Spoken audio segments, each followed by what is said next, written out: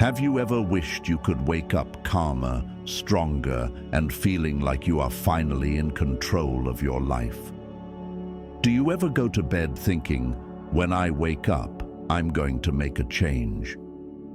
But then when you wake up, it is just more of the same stale routine. The honest truth is this. You woke up this morning the same as yesterday, tired, overthinking, chasing the same noise. But tonight, that ends, because tonight you won't just rest, you will reset. While most people end their day trying to escape their thoughts, you came here to understand yours, to train your mind, even while it rests. Science has shown that sleep isn't just recovery, it's reconstruction. During deep rest, your brain reorganizes, stabilizes, and strengthens the memories and emotions you absorbed during the day. So what if, while that process unfolded, we infused it with something better? Calm, discipline, and purpose, until those became the loudest signals in your mind. Can you see how that could literally begin to rewire your brain away from anxiety and towards strength? By the time you open your eyes again, the storm inside you will be quieter, your direction will be clearer, and your motivation won't come from hype. It will come from peace. This is where your mind begins to rebuild itself. Welcome to your nighttime Stoic Reset. Throughout this session, you'll hear timeless Stoic wisdom reframed for the modern world. Calming music and stretches of deliberate silence. Affirmations designed to dissolve tension, rebuild focus, and quietly strengthen your inner calm. This isn't a lecture. It's not background noise. It's a mental sanctuary, a fortress of calm built inside your own thoughts. And here's something important to remember. If you've been living with years of stress, anxiety, and noise, it will take more than one night to unwind what the world has done to your mind. That's not failure. It's simply how healing works. You don't strengthen a muscle with one repetition. You strengthen it with consistency. So think of this not as a single escape, but as a nightly ritual, a gentle practice of returning to yourself. Let this play as you drift off. Replay it tomorrow. Put it on loop if you need to. Even slow the playback down. Let every word sink a little deeper into your subconscious. With repetition, these lessons will stop sounding like someone else's voice and start feeling like your own inner dialogue. So, relax. Let the noise fade.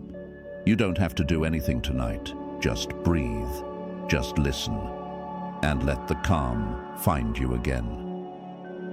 Believe it or not, the transformation has already begun. The moment you pressed play, your mind received its orders for the night. Tonight is not for escape, it's for recalibration. The first few minutes solidified those orders by setting the stage for your Stoic reset. Your conscious mind will rest. Your subconscious will rebuild. Its job is clear. Strip away the noise, fortify what is strong, and return you to yourself. You've been carrying the weight of small wars all day. Decisions, noise, unfinished thoughts. But now, the signal changes. Every breath you take from here forward tells the mind, stand down from alert. Begin reconstruction. This isn't preparation for transformation. This is transformation, already in motion. Seneca once wrote, "We suffer more in imagination than in reality." So tonight, the imagination rests. No more rehearsing what could go wrong. No more revisiting what already passed. Your mind's only task now is to remember truth. And the truth is simple. You are not your thoughts.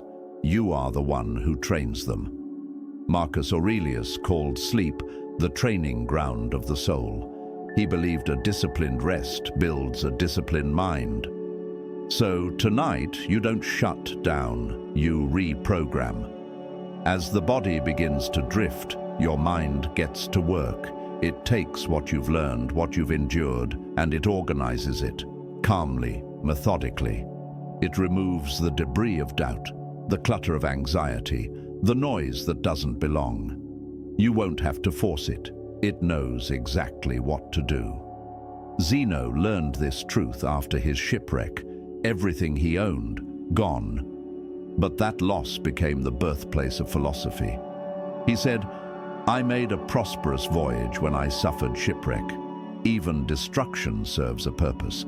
So if this year has broken you down, good. It means your rebuilding has already begun. Inhale, the present. Exhale, the past. You're not running from the day. You're dissolving it. Every sound you hear, the wind, the music, this voice, becomes part of the instruction. The instruction is simple.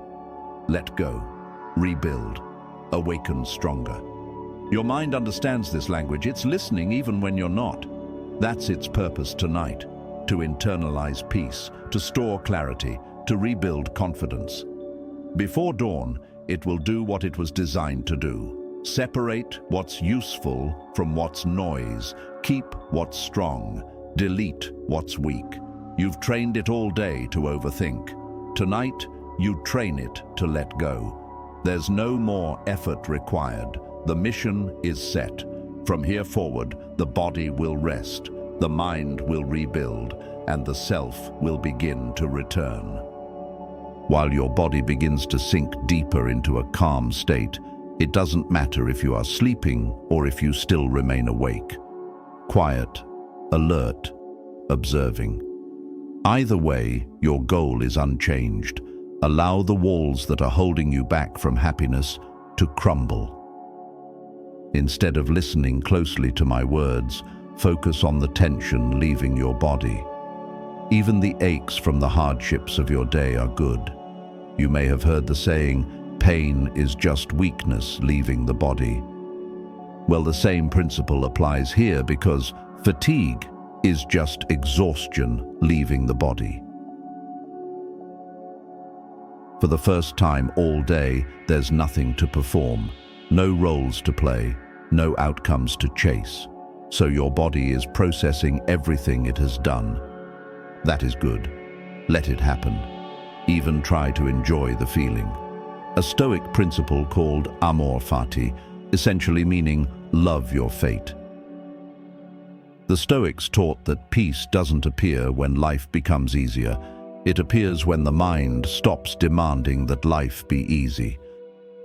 Tonight, your mind trains in that truth. Notice the thoughts that still try to surface. Unfinished conversations, flashes of irritation, memories from nowhere. Let them come, and then let them go. They are echoes of a day that's already over. Observe them like clouds sliding across a calm sky. Do not follow. Do not resist. Epictetus said, "It's not what happens to you, but how you respond that matters." You're practicing that right now, not reacting, simply watching. Each second of stillness is strength gained. Each thought released is weight removed. You are not pushing your mind into quiet. You're allowing it to remember what quiet feels like. Beneath all the noise, stillness has always been there, unchanged, waiting. Let awareness move through your body. Feel the chest rise and fall. Feel the arms grow heavy, the shoulders drop, the jaw unclench. You're not collapsing, you're stabilizing. Every muscle that loosens sends a message. The danger is gone. The body believes it. The mind follows. This is how control begins, through calm, deliberate surrender. You've spent years mastering reaction. Tonight, you master pause. In the pause lives every ounce of power you've ever needed. The ability to choose response over reflex. Now the mind starts to reframe. It doesn't ask, "Why did that happen?" It asks, How can I use it? The Stoic doesn't curse the storm, he studies it. He learns its rhythm until he can walk through it untouched. Let that image sink in. Walking through chaos, unshaken. That's not fantasy, it's training. Every night you listen, you're carving that pattern deeper into your nervous system. You have been taught to see calm as weakness, but calm is command. Anger is the easy impulse. Restraint is the harder victory.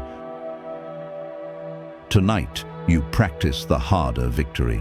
Soon you'll notice that even as your body drifts towards sleep, this awareness stays active, an internal observer that never loses composure. It's the part of you that cannot be rattled, the part that quietly says, I am in control, even here. Before we speak any affirmations, the foundation must be solid. A mind cannot believe new truths if it's still gripping old fears. So right now, we focus on removal, not addition. The clearing of mental clutter is the beginning of mastery. Breathe in discipline. Exhale noise. Breathe in clarity. Exhale comparison. Breathe in strength. Exhale fear. The body is nearly asleep. The mind, however, is sharpening. The separation between reaction and response grows wider. Inside that space is your freedom. When you wake, the world will still demand things from you. People will still test you. Challenges will still appear. But the distance between what happens and what you decide to feel, that distance will have grown. That's the training taking root. For now, stay with the breath. Inhale through the nose. Slow, controlled. Exhale through the mouth. Let each breath feel earned, deliberate, disciplined. Your mind's instructions for the rest of the night remain simple. Observe without judgment. Store what is useful. Delete what is noise. Rest without resistance. Soon we'll begin to speak new commands, clear statements that define the man you're becoming. Not soft words, but directives, strong, specific, aligned with who you intend to be. For now, keep sinking, keep breathing, keep allowing the stillness to do its work.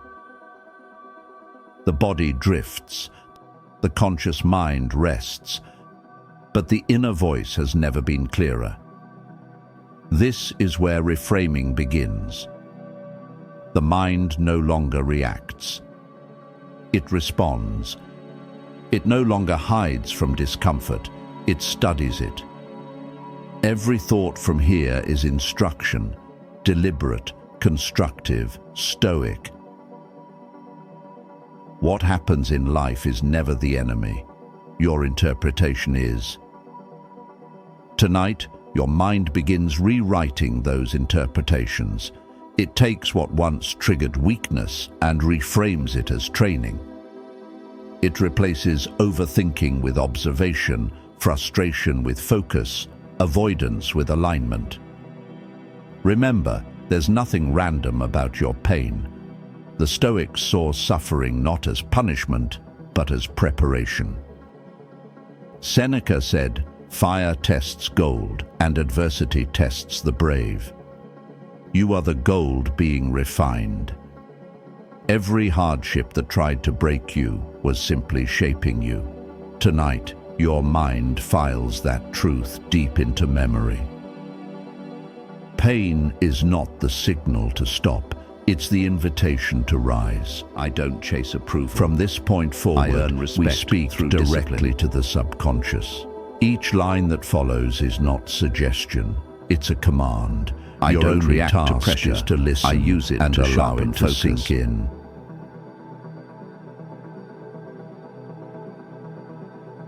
I don't need the world to be calm for me to be calm.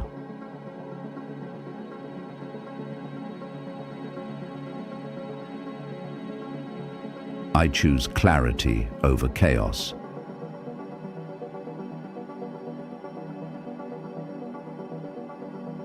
I control my emotions. They do not control me.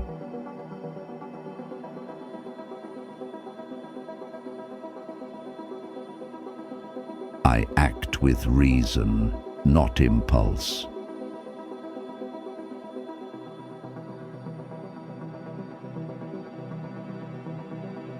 I move slow, but I never stop.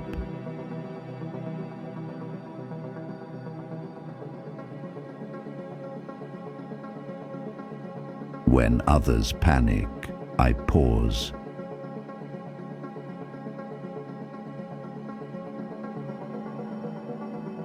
When others speak, I observe.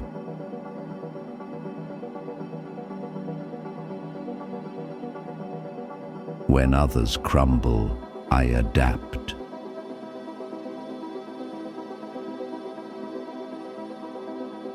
The man who controls himself controls everything.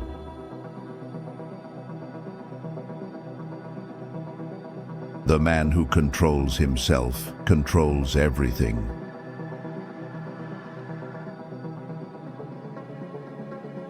Every time I choose patience over pride, I strengthen my position.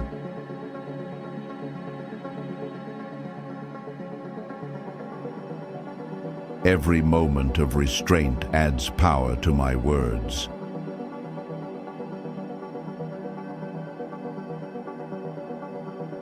I do not compete for attention. I compete with my former self.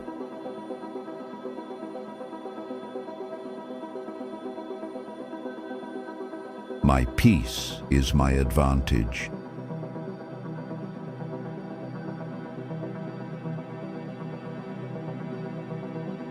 My composure is my weapon.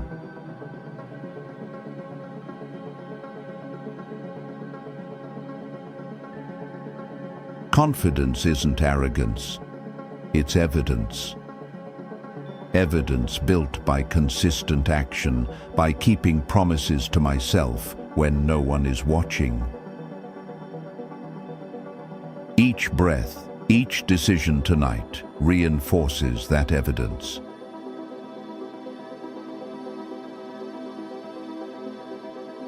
I am the same man who faced storms, only now I see them as training.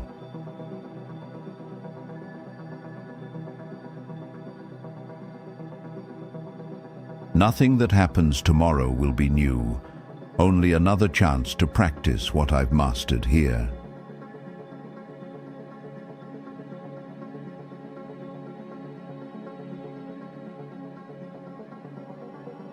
The world is chaotic, but I remain structured. The world reacts.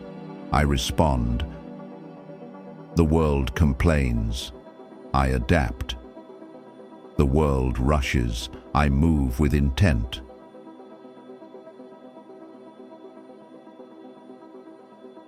This is not motivation. This is memory. The memory of what you already are when the noise fades. The memory of stillness under pressure. The memory of control in chaos. Each repetition of these truths builds a deeper groove in your mind. You will hear all of these again later. For now, keep relaxing and opening your mind. With each night, the pattern strengthens. You will feel it when challenges appear, not as inspiration, but as instinct. Calm will become automatic. Focus will be natural. Discipline will feel effortless. You are not trying to be stronger. You are remembering that you already are. Now let the affirmations continue as quiet internal dialogue. As you listen to the upcoming relaxing music, sounds, and stoic silence, your goal is to let the worries of your day get overpowered by your desire for control and a calm mind. And from that point forward, the voice you hear is, your own, repeating, reinforcing, recalibrating. These truths belong to you now.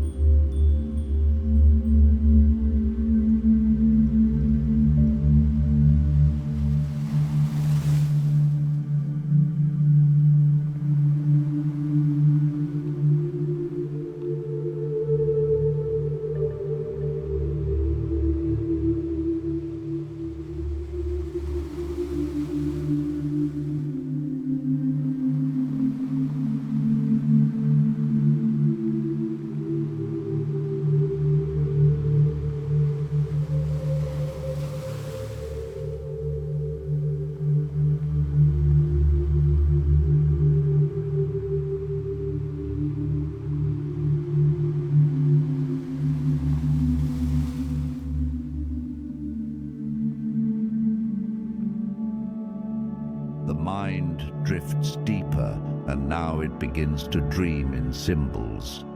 What you hear are not stories of the past, but reflections of your own becoming. Zeno of Citium was a merchant once, confident, wealthy, certain of his path. Then, one voyage, the sea took everything: his ship, his fortune, his comfort, gone. He washed ashore with nothing but the clothes that clung to him. Most men would have cursed fate. Zeno listened. He wandered into a bookstore in Athens and began reading about Socrates. Something inside him stirred. The realization that strength had nothing to do with possessions, but with perception. He said, "I made a prosperous voyage when I suffered shipwreck." That's how Stoicism was born, not in comfort, but in collapse. You have lived your own shipwrecks, failed plans, losses, betrayals. Each one carried the same hidden invitation: to stop measuring your worth by what you hold and start measuring it by what you withstand. The sea that tried to drown you was teaching you to breathe differently. Let this truth register deep in the mind. What you lose externally often reveals what you were meant to keep internally: discipline, perspective, endurance. Zeno rebuilt not his fortune, but his focus. Tonight, your mind is doing the same. It takes every broken piece of your day and reorganizes it into wisdom. It turns misfortune into muscle memory. Breathe and allow the subconscious to catalog every past failure as training data. Nothing wasted, nothing lost. As we open our mind to positivity, we will revisit the affirmations from earlier, but this time in a tone and filter which allows your subconscious to process the information better. Let them sink in. Don't hear them. Feel them. Feel them penetrate to your core and absorb into your subconscious, absorbed so completely that they become part of who you are. I don't chase approval. I earn respect through discipline.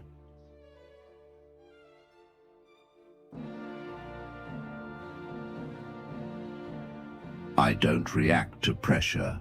I use it to sharpen focus.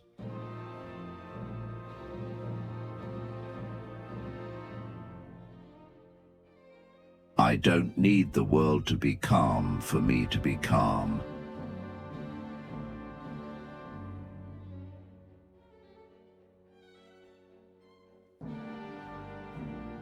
I choose clarity over chaos.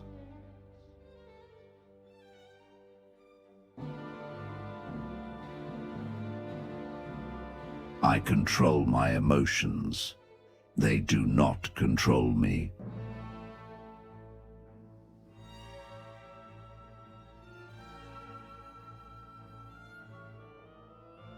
I act with reason, not impulse.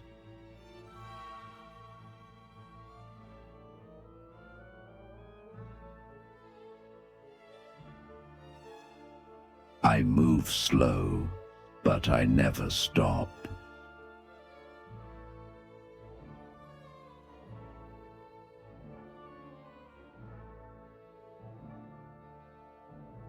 When others panic, I pause.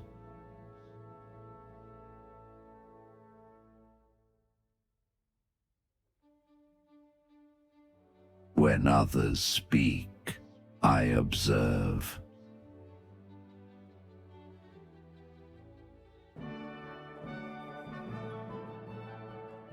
When others crumble, I adapt.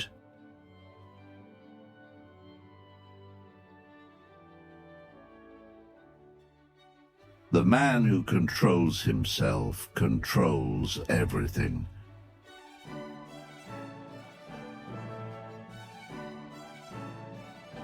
The man who controls himself controls everything.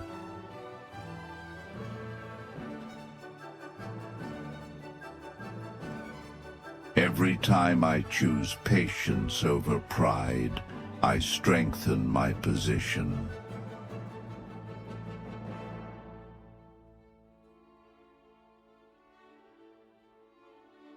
Every moment of restraint adds power to my words.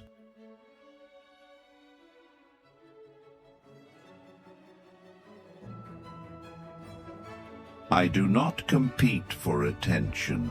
I compete with my former self.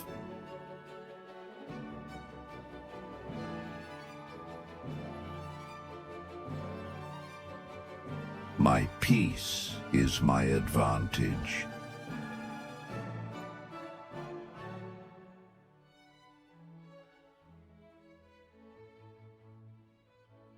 My composure is my weapon.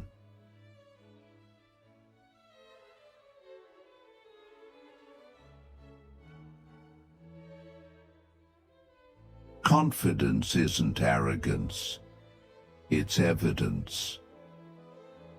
Evidence built by consistent action, by keeping promises to myself when no one is watching. Each breath, each decision tonight reinforces that evidence.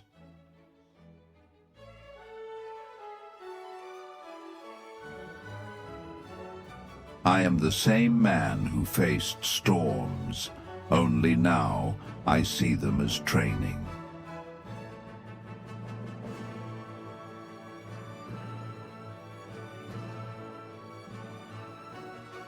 Nothing that happens tomorrow will be new, only another chance to practice what I've mastered here.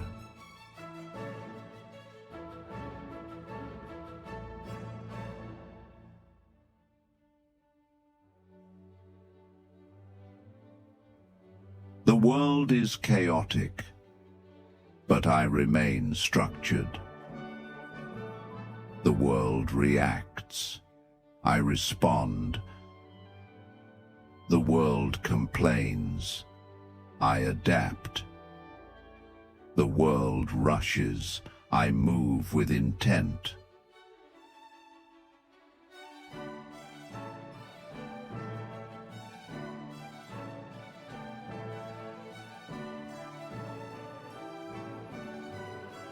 Epictetus began life as a slave, iron around his ankle, orders shouted daily.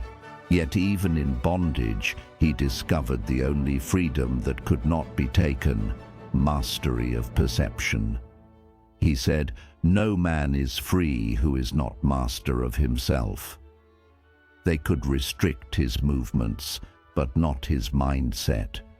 They could command his body, but not his response.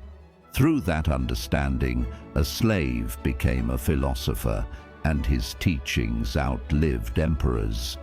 The lesson is clear. Circumstances are neutral until you give them meaning. The cage is built not from metal, but from reaction. Every time you let external events decide your internal state, you recreate the chain. Every time you pause, breathe, and choose your response, you remove another link.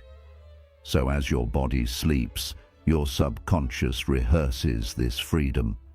It files every stressful trigger from the day into a new category, not threat, but training. It rewrites every irritation as a test of restraint. Freedom is no longer an external privilege. It's an internal protocol. Seneca lived surrounded by luxury, marble halls, endless servants, influence over emperors. Yet his letters reveal a man haunted by excess. He wrote, "It is not the man who has too little, but the man who craves more, that is poor. He realized that peace is not earned through accumulation, but through reduction.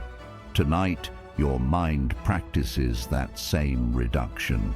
It releases the excess data, the noise of comparison, the weight of unnecessary striving. It keeps what matters: focus, clarity, gratitude. Each thought that tries to spiral into worry meets a simple counter-command. Simplify. No mental clutter, no fictional problems, no imaginary debates with people who aren't here. Simplify. You'll feel the relief spread, first through the shoulders, then down the spine, then into the jaw. The body mirrors the mind's decision to need less. Seneca's exile taught him that true peace travels light. As you sleep, let the mind pack light for tomorrow, carrying only purpose and composure. Marcus Aurelius was emperor of Rome, commander of armies, ruler of millions. Yet each night he wrote reminders to himself, not about power, but about restraint. Waste no more time arguing about what a good man should be. Be one, he understood that authority without humility corrupts, and that self-control is the highest form of command. Tonight, your mind trains in that same silent leadership. It needs no applause, no validation. It acts from principle, not impulse. It speaks less and observes more. The same discipline that kept an emperor sane amid chaos now programs your own neural pathways for steadiness.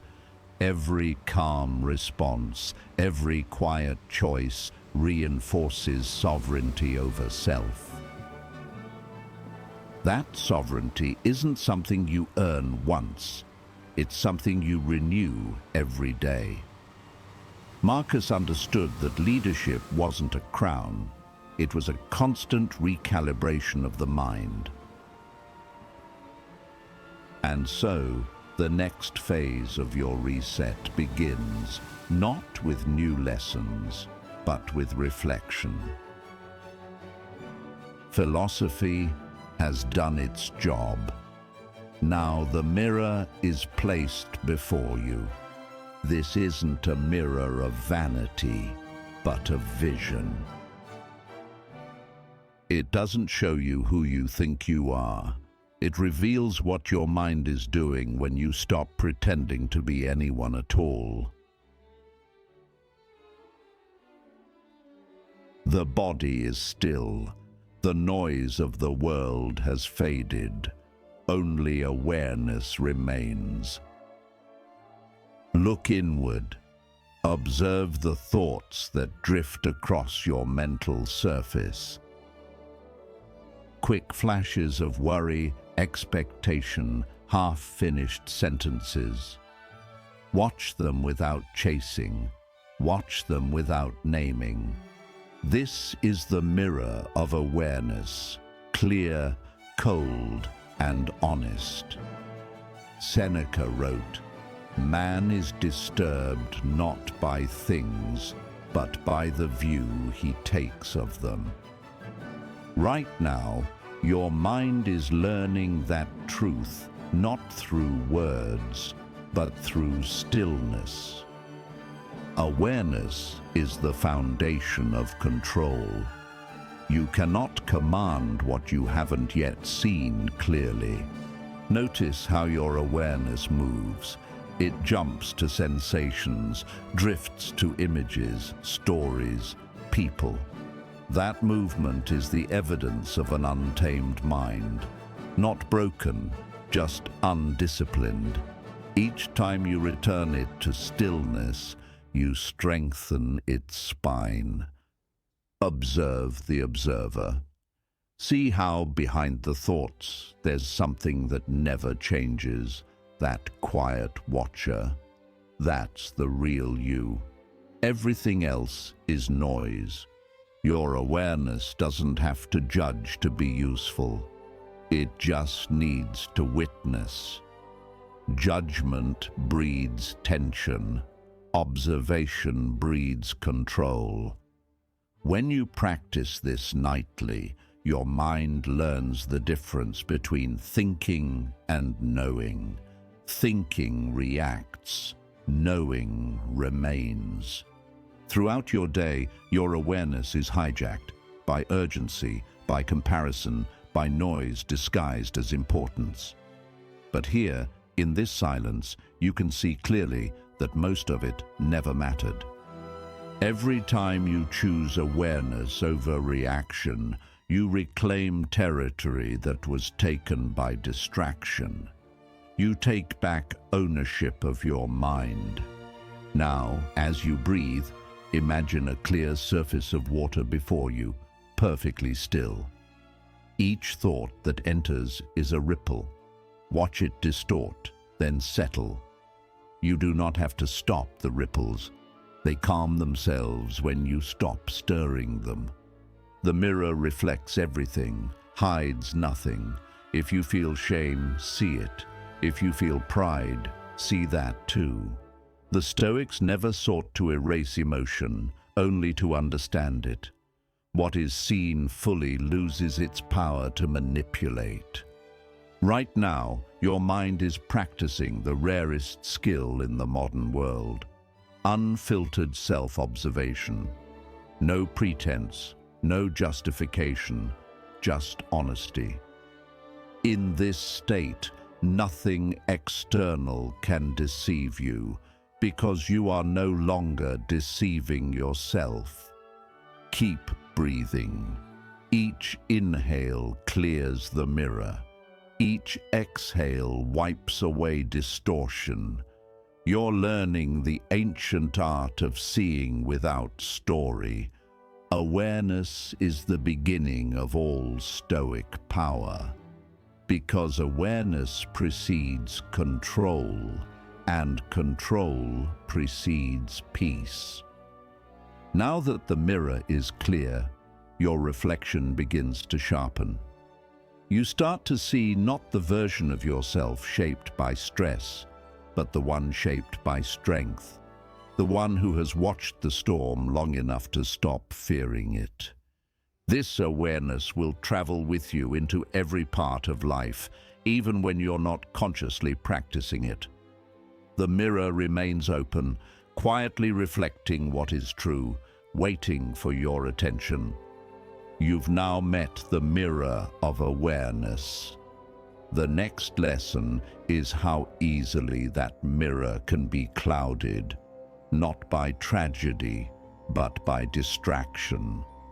And so, the next trial begins.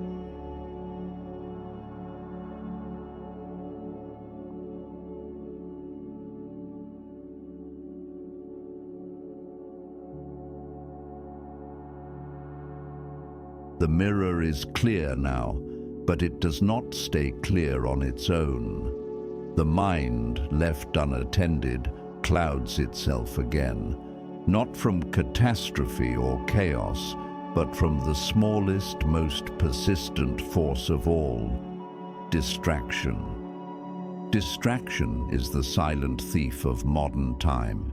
It doesn't strike with violence or fear. It seeps in through convenience, comfort, and constant stimulation. It disguises itself as connection, progress, even rest. But every time you reach for what numbs, you train your mind to run from what matters.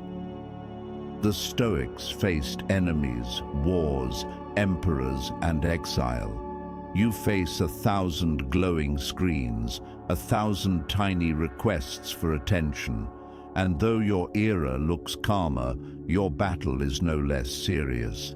You live in a time where attention is currency, and you are being robbed in plain sight. Each swipe, each notification, each meaningless argument online teaches the brain that presence is optional. But presence is your power. There is no virtue without focus. There is no peace without command of your own awareness. Distraction doesn't always look chaotic. Sometimes it's polite. It tells you, you deserve a break, and then feeds you noise. It whispers, check it just once, and an hour disappears. It convinces you that you're relaxing when really you're dissolving. When Seneca warned about wasting time, he wasn't speaking of death. He was describing the erosion of attention. He said, "It is not that we have a short time to live, but that we waste much of it." Tonight, the mind begins to unlearn distraction. You are retraining the circuitry that has been hijacked by novelty. Every moment you resist the pull towards stimulation, you reclaim clarity. Every second of stillness is a quiet rebellion. Ask yourself, how many hours of your life have been traded for noise that left you emptier than before? How many times have you felt the need to be everywhere except where you are? The truth is, most people aren't addicted to distraction. They're terrified of silence, because silence forces them to see themselves clearly. But you've already faced that mirror. You've already watched your thoughts and found calm. Now you use that calm as a shield. When the world demands reaction, you offer patience. When it demands opinion, you offer observation. When it screams for urgency, you choose to move deliberately. There is no stoic virtue without discipline of attention. Epictetus would tell his students that freedom begins with the control of one's own mind. In your world, that control begins with how you use your focus. Let your focus narrow now. There is no outside world, no pending message, no digital echo calling your name. There is only this breath, this heartbeat, this moment. As you breathe, the layers of noise peel away. The craving to check, to compare, to consume begins to weaken. The nervous system, once trained for interruption, learns to rest again. The quiet that once felt unbearable becomes magnetic, a state you begin to crave instead of avoid. Because within that quiet, you rediscover the one thing distraction can never offer: depth. Depth of thought, depth of presence, depth of life. Distraction is shallow, but awareness is infinite. And every second you choose awareness, you prove that mastery doesn't require isolation, only intention. The discipline you build here extends beyond sleep. It becomes the armor you wear into the noise of the next day. When you feel the pull to escape yourself, remember this night, the moment you stopped feeding the noise and started feeding the stillness. In time, you won't need to fight distraction at all. It will simply lose its appeal. Because once the mind tastes real calm, it refuses to settle for counterfeit comfort again. And now, with the noise outside silenced and the mind reclaimed, you step deeper into awareness, not as a student, but as its master. The next reflection awaits, a deeper understanding of what it means to lose and to rebuild. The reversal of fortune begins.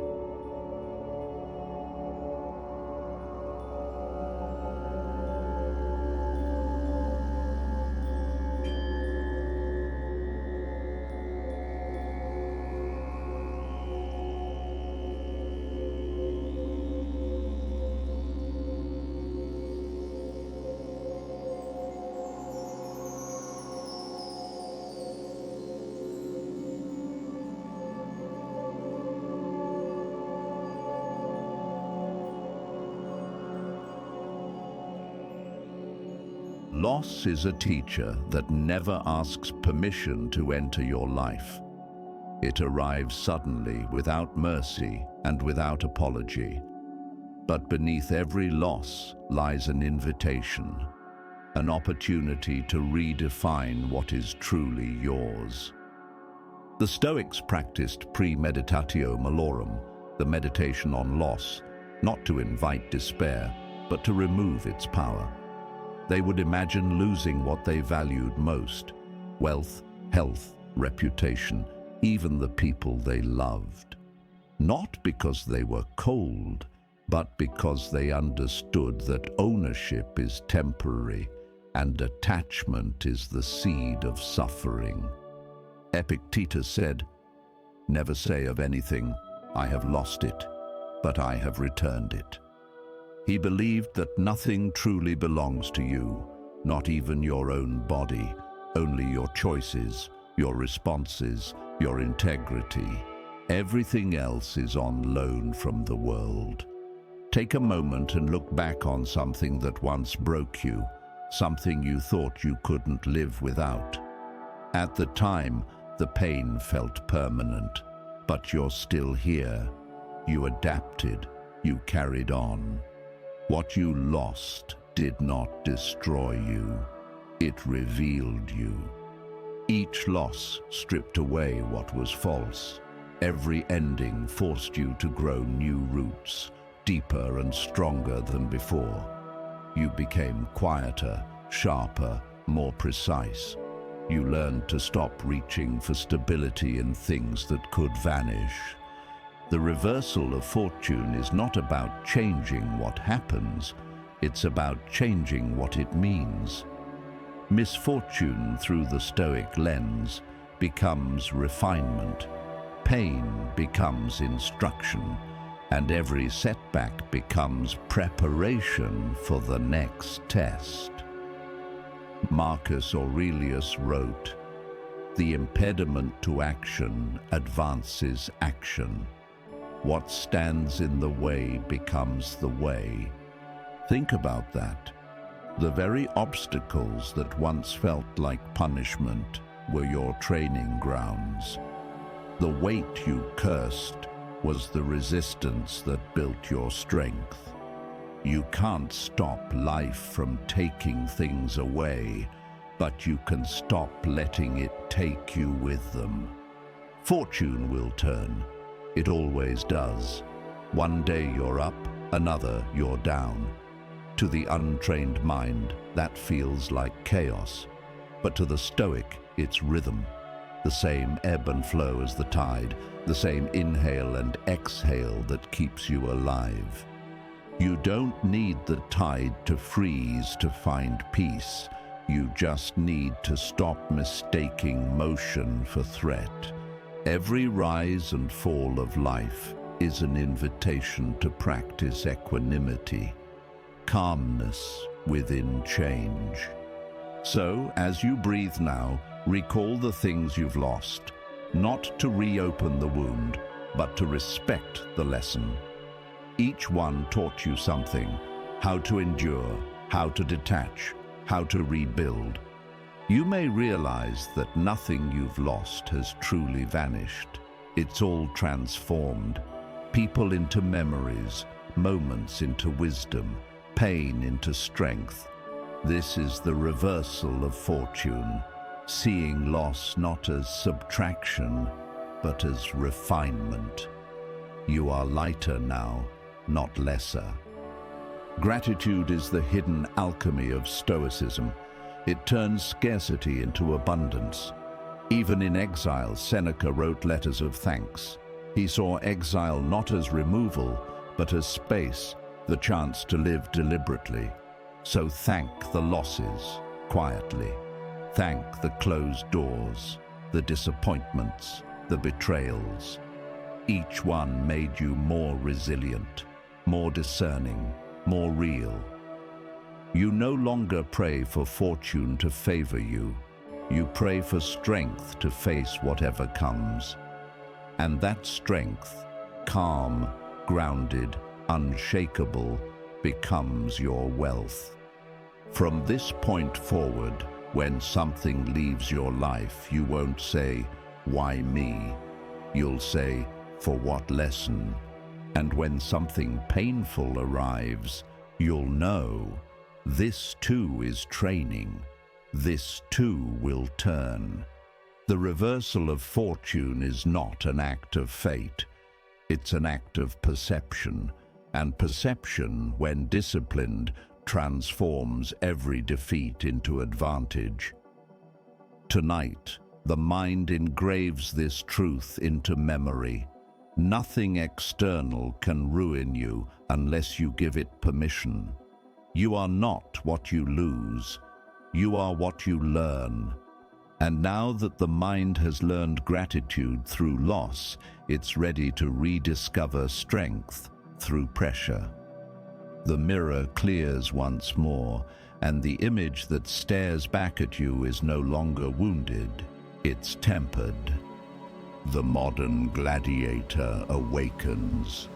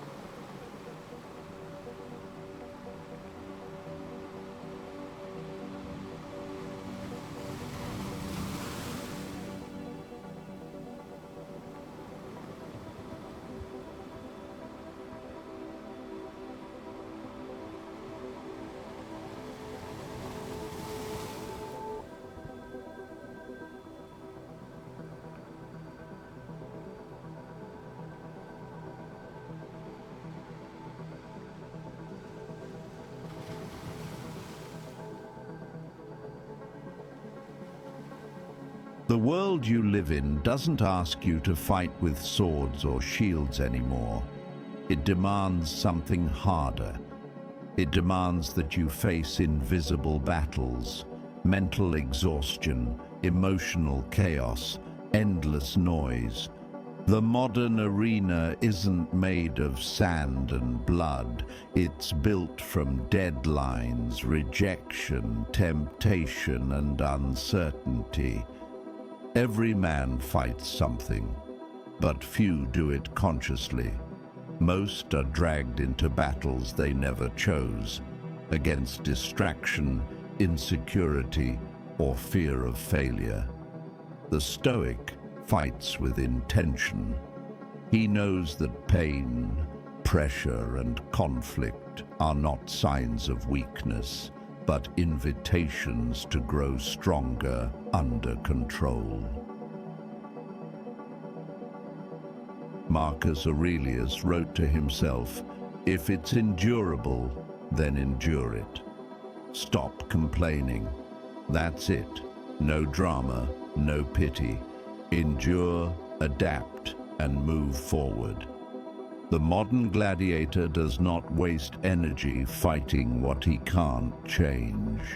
He channels it into mastery of what he can, his focus, his breath, his composure. Every day the world tries to provoke you. It tries to make you rush, react, explode, or compete with ghosts. But strength today is measured in restraint. Every time you stay composed under chaos, you win the unseen battle. Every time you hold silence when others scream for reaction, you're striking your blade against steel, sharpening it through friction. You train here, in the quiet. You condition the mind to remain calm so that when life tightens its grip, your response is already rehearsed. You no longer panic when challenged. You study the challenge. You dissect it. You decide who you'll be in response to it. Anger becomes awareness. Fear becomes focus. Stress becomes signal. That's the Stoic conversion. You are no longer fighting the world. You're sparring with yourself, testing patience against impulse, clarity against confusion, endurance against fatigue. Zeno trained this way after losing everything. Epictetus trained this way in chains. You train this way in a modern storm of noise. Different arena, same discipline. You may not see it, but every time you hold your ground when emotion tries to pull you under, you're building the same muscles they did. You're proving that a Stoic's weapon has never been steel. It's self-control. The modern gladiator doesn't seek comfort. He seeks competence. He doesn't demand easy days. He demands strong habits. He doesn't pray for no problems. He prepares for their arrival. Discomfort isn't punishment. It's feedback. It tells you where you still have room to grow. It points directly at what's weak. And because you no longer fear that weakness, you're already stronger than most. The Stoics didn't avoid pressure. They embraced it. They knew that a life without difficulty breeds softness, and softness breeds suffering. That's why you train your mind now, here, in this calm, so that when the test comes, your composure feels natural. If you want to see a man's true power, watch him under stress. That's when truth surfaces, not in comfort, but in crisis. And truth, for the disciplined, is simple. Control is power. Chaos is weakness. So you train. You breathe through tension.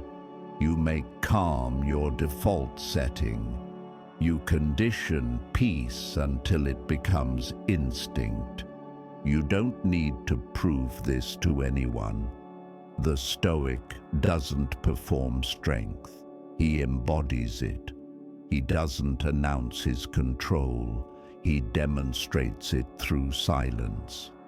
Every act of self-restraint is a form of dominance. Every quiet decision under pressure is proof of mastery. You will face critics. You will face rejection. You will face betrayal. None of that is new. It's the same trial every great man before you has faced. And like them, you'll discover that victory was never about conquest. It was about consistency. The modern gladiator no longer fears the fight because he no longer fears himself. He's made peace with his weakness, turned it into training, and weaponized his awareness. That's the difference between those who crumble and those who command. One reacts, the other redefines. Every setback, every insult, every disappointment you meet from this moment on becomes part of your training. You don't run from resistance, you refine yourself through it. This is how a man earns peace in a world addicted to panic, by choosing presence, by choosing control, by choosing calm over chaos again and again until it becomes his nature. You are not here to escape life. You are here to engage it differently, to fight the same wars as everyone else, but with reason as your armor and patience as your sword. Now, the training is set. The discipline is alive. The mirror no longer shows who you were. It reflects who you're becoming. And as the world grows louder, you grow quieter. The calm in you becomes immovable. The storm outside becomes irrelevant. The gladiator rests not because he is tired, but because he is prepared. The battles ahead are already won in the stillness of his mind. And from that stillness, you step into silence, not empty, but filled with strength. The reflection fades, and the awareness deepens once again. The next phase begins not in thought, but in pure stillness, the kind that only comes from mastery. There comes a moment after every battle, every reflection, every deep breath, when the mind no longer needs more words, when philosophy has done its work, when the lessons are no longer being learned, they're being lived. That moment is now. You've faced the mirror. You've seen how your thoughts move. You've dismantled distraction, redefined loss, and stood your ground in the arena of the modern world. Every truth you've met tonight has entered not through force, but through stillness. And now that stillness becomes the teacher. Silence isn't empty. It's the echo of everything you've mastered tonight. It's the mind processing, reordering, reinforcing. While you rest, the lessons rearrange themselves into instinct. The Stoics didn't speak in silence, but they heard the world more clearly through it. They believed that wisdom doesn't always arrive in words. Sometimes it's in the breath between them. Your breath is slow now, your body heavy and calm. Each inhale gathers the fragments of what you've learned. Each exhale lets them settle into the deeper layers of your mind. There's nothing left to fix, nothing to reach for. Control is already yours.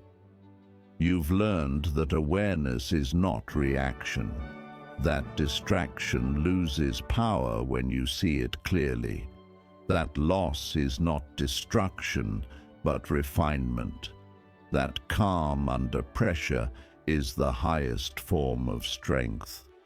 And now the conscious mind steps aside, allowing the subconscious to take over, the place where repetition turns to habit and habit turns to character.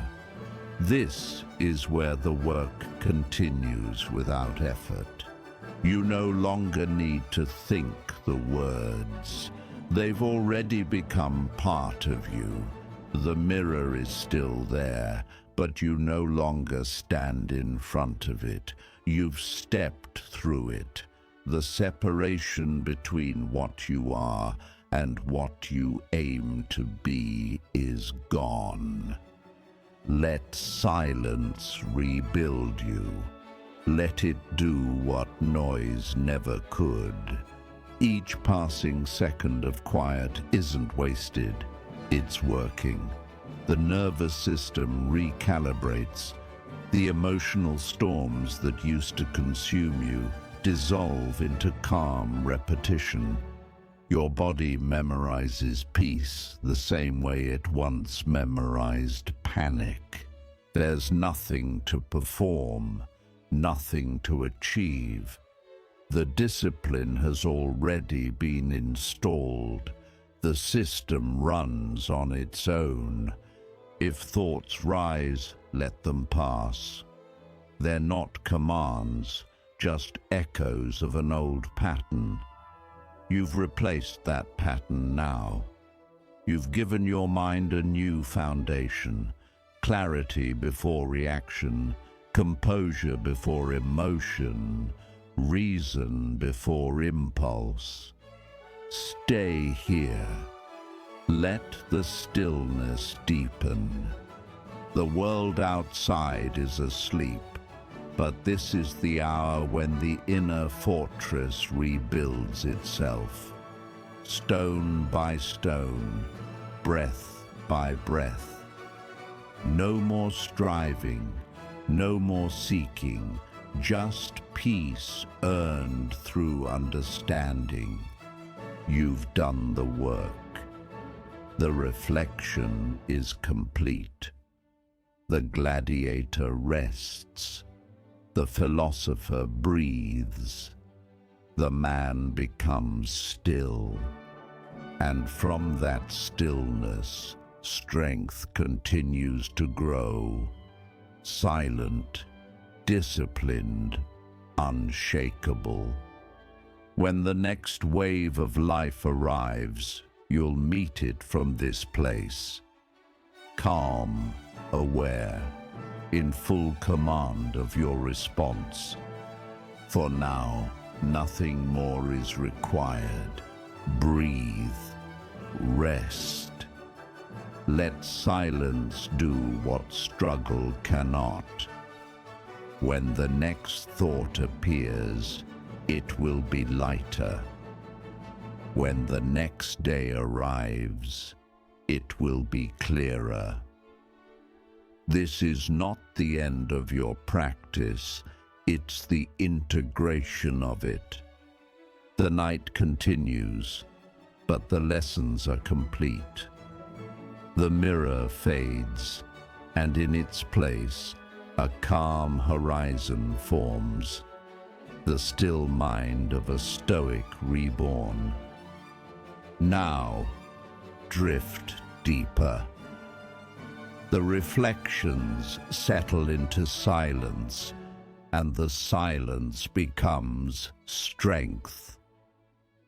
As we move into some more calming sounds, drift deeper than before, and allow your subconscious to process and catch up. We will hear the affirmations again, and again we will change the tone and filter to connect to new areas of your mind. After all of that, the next part of your journey waits, not in thought, but in vision. The modern trials begin.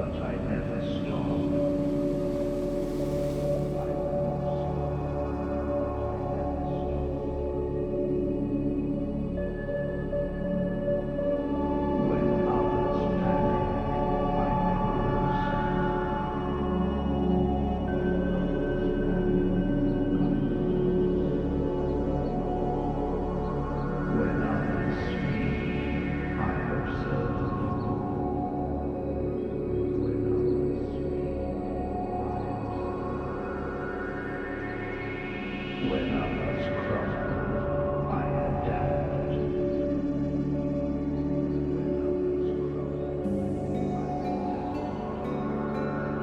The man who controls himself controls everything.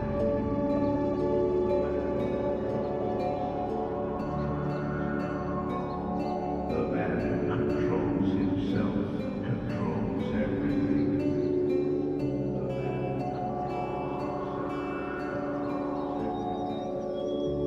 Every time I choose patience over pride, I strengthen my position.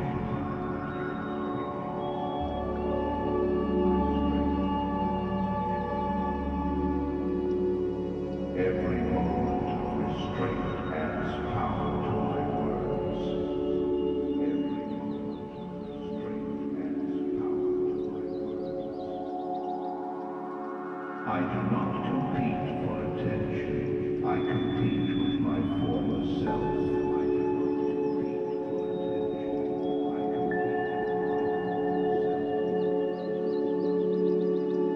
I compete with my peace is my advantage.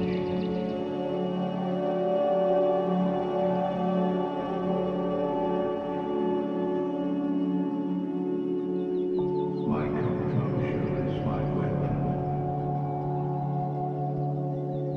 My composure is my weapon.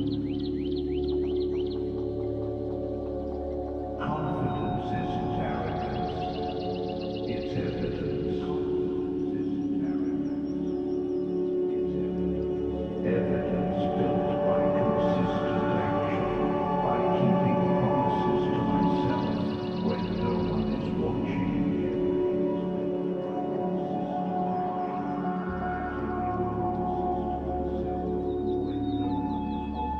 Each breath, each decision tonight reinforces that evidence. Each decision tonight reinforces that evidence. I am the same man who faced storms, only now I see them as training.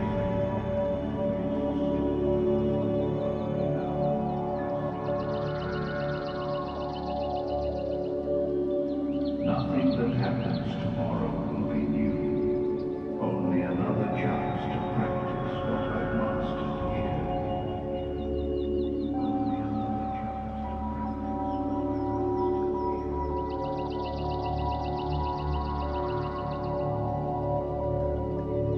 The world is chaotic, but I remain structured. The world reacts. I respond. The world complains. I adapt. The world rushes.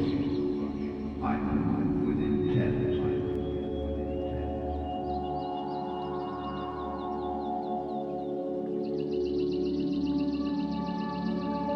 The modern trials begin.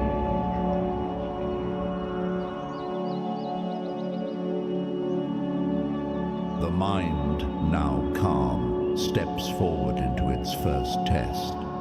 You've built awareness, you've found control, and you've trained silence. But strength untested is only theory. The next phase is the proving ground.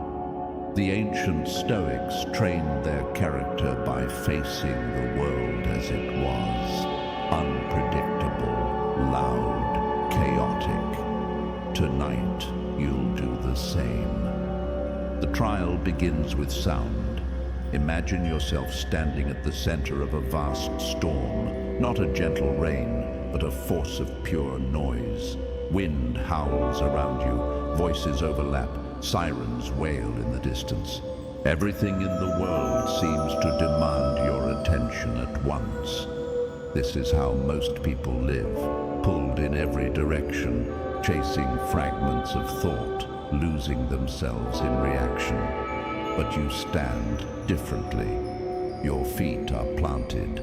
The noise crashes and echoes, but inside, something stays steady. The body wants to tense, the mind wants to engage, but you've trained for this. You slow the breath. You let the sound move around you without entering you. You realize the truth. Chaos has no power unless you invite it in. Epictetus said, "There is only one way to happiness, and that is to cease worrying about things which are beyond the power of our will." The noise you hear now, every sound, every voice, every imagined problem, lies outside your control. So you let it pass. You do not fight the storm. You study it. Every roar, every crash, every word that once pulled you into distraction is now reduced to vibration. The storm is no longer your enemy. It's your teacher. You begin to notice that beneath all that sound, there is rhythm, a hidden order. The noise moves in patterns, waves, and within those waves, silence is still there, constant, waiting. That silence is you. The Stoic doesn't wait for peace to appear. He brings peace with him. The mind that can stay centered in chaos is untouchable. So now, breathe through the storm. Each breath becomes a signal of defiance, not a shout, but a calm refusal to lose control. Inhale, stability. Exhale, reaction. Inhale, presence. Exhale, distraction. The storm grows louder, but it no longer affects you. The sound swells, yet your awareness grows sharper. You realize something profound. The world outside will never be quiet for long. The pursuit of silence in the external world is an illusion. True peace must exist within noise. Otherwise, it isn't peace, it's dependency. The trial continues. The storm around you becomes more intense. Flashes of memory, fragments of conversations, worries about tomorrow, doubts about the past. They all merge into one wall of sound. You stand there, unflinching. The body still, the eyes steady, the breath calm. And with every breath, the storm begins to lose meaning. Noise, like fear, only exists in the absence of awareness. Once you see it for what it is, motion, vibration, temporary, it cannot dominate you. This is the first mastery. Calm in chaos. In this moment, you stop asking for the storm to end. You stop asking for quiet. Instead, you recognize you are the quiet. The modern world is built to provoke, to keep you in a state of constant agitation. But you're done being pulled. You're done being baited into losing yourself to noise. You move through the storm with clarity. The wind may scream, but you hear only your breath. The world may rush, but you move at your own rhythm. There's a kind of power in refusing to rush when everything demands speed. There's strength in pausing when everything around you accelerates. The noise begins to fade now, not because it has stopped, but because you've stopped fighting it. Stillness is not the absence of sound, it's the refusal to react to it. You have passed the first trial. The noise, once overwhelming, has become background. The storm that threatened to consume you has become air. The Stoics knew this well. Life doesn't quiet itself to make room for peace. peace must be carried like armor through the noise of life. As the sound fades into distance, you recognize that this same calm can be found in traffic, in argument, in pressure, in pain. The environment doesn't decide your reaction, you do. You've mastered the storm of sound, the test of chaos, and now you step beyond it, into something more difficult still. Silence that feels like emptiness, the space where distraction dies and the mind must stand alone. The next trial awaits. Isolation.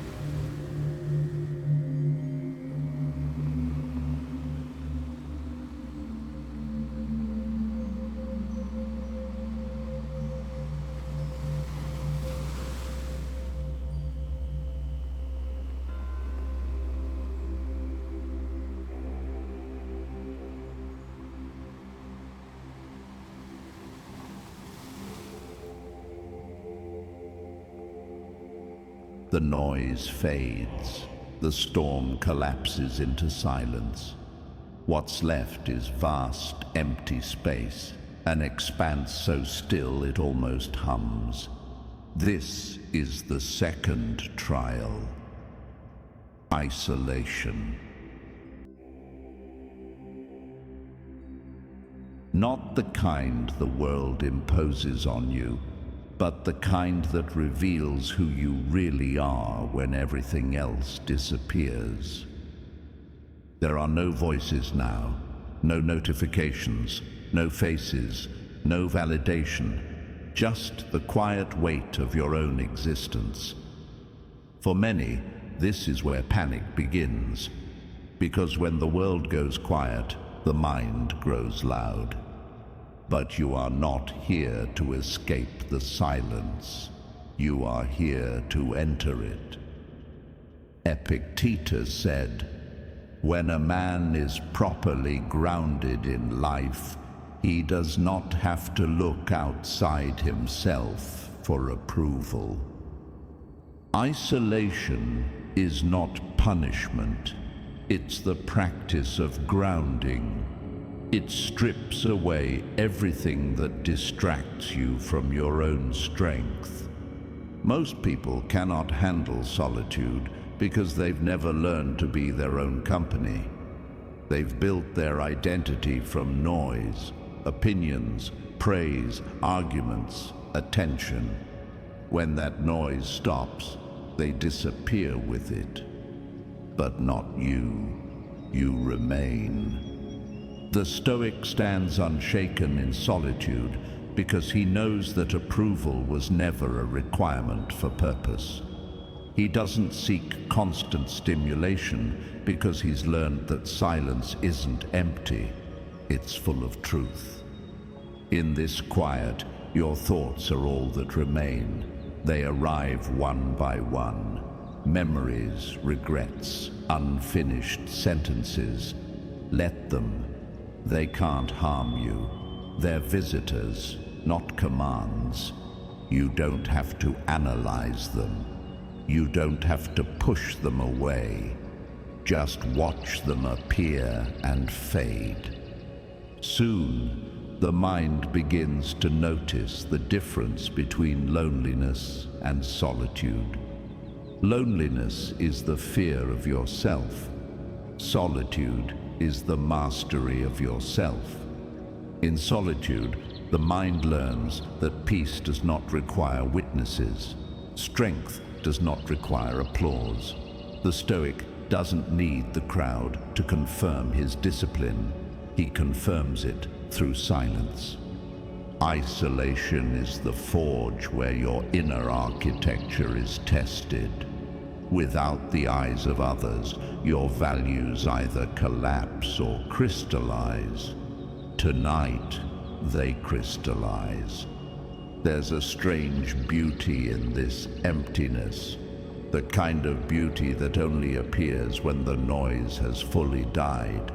You begin to see that solitude is not the absence of connection, but the presence of clarity. You are connected to something deeper now, your breath, your awareness, your control. This is what the Stoics called living according to nature, not escaping the world, but aligning with the simple rhythm of life as it is. You realize that nothing external was ever truly keeping you company. What you've always sought from others, reassurance, purpose, direction, has always existed within this stillness. Now ask yourself, if all the world's noise disappeared, who would you be? Not what would you do, who would you be? If you removed every expectation, every title, every label, what remains? That quiet self, the one that exists without effort, is your essence. It cannot be taken because it was never given.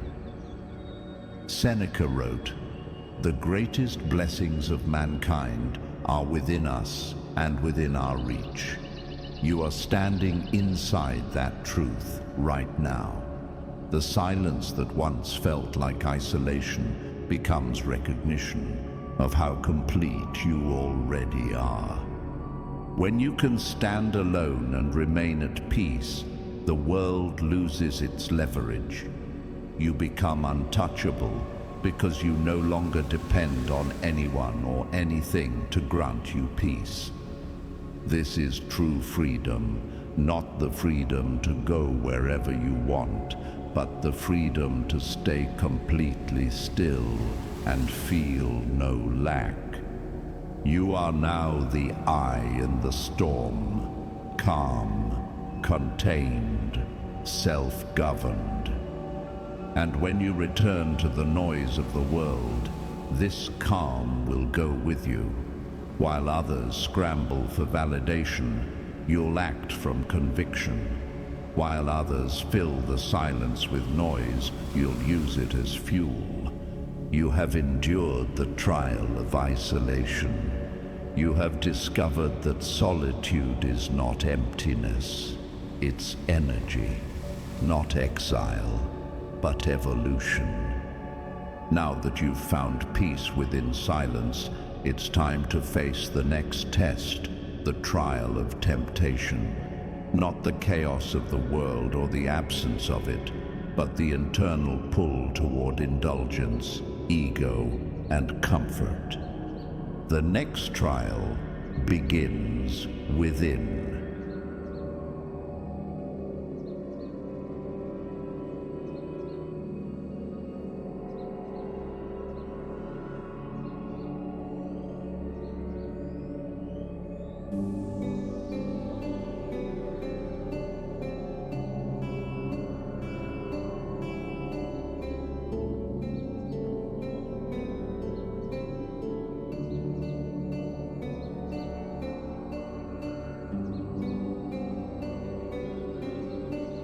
You have conquered chaos.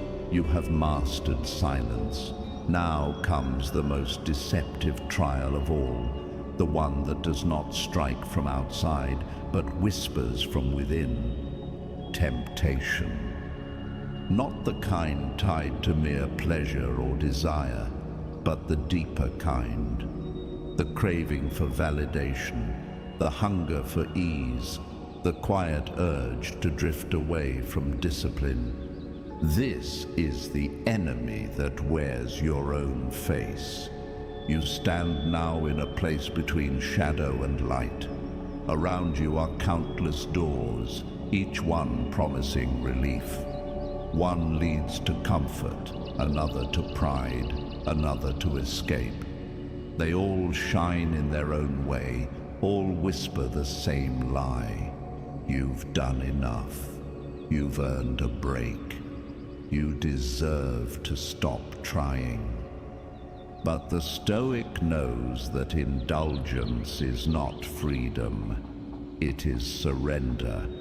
Temptation is the softest chain. It doesn't bind you by force. It convinces you to sit still. Marcus Aurelius wrote, "It is possible to live well even in a palace." He meant that comfort itself isn't evil, but being ruled by it is. Whether you're surrounded by luxury or standing in ruin, the danger is the same: losing control of the self to the ease of the moment. Temptation always appears when the mind grows tired, when effort feels heavy and meaning feels distant. It tells you that you've already won. But wisdom knows the truth. The moment you stop training, weakness begins its work. The world will constantly offer you escapes disguised as rewards. Pride when humility is needed. Distraction when presence is required. Comfort when growth demands discomfort.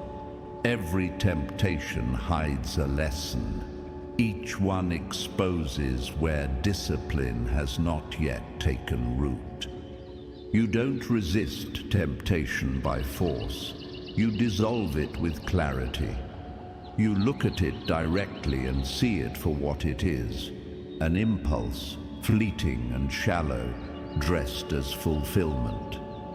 Imagine it now, one of those doors before you glowing faintly. Behind it, the voice that says, "Take it easy. Forget your path for a while. You've earned it. Breathe and see the trick." The voice doesn't care about your peace. It wants your potential. It wants to drain your focus, to exchange long-term strength for short-term comfort. You step back. You smile. You don't need to argue with temptation. You simply outlast it.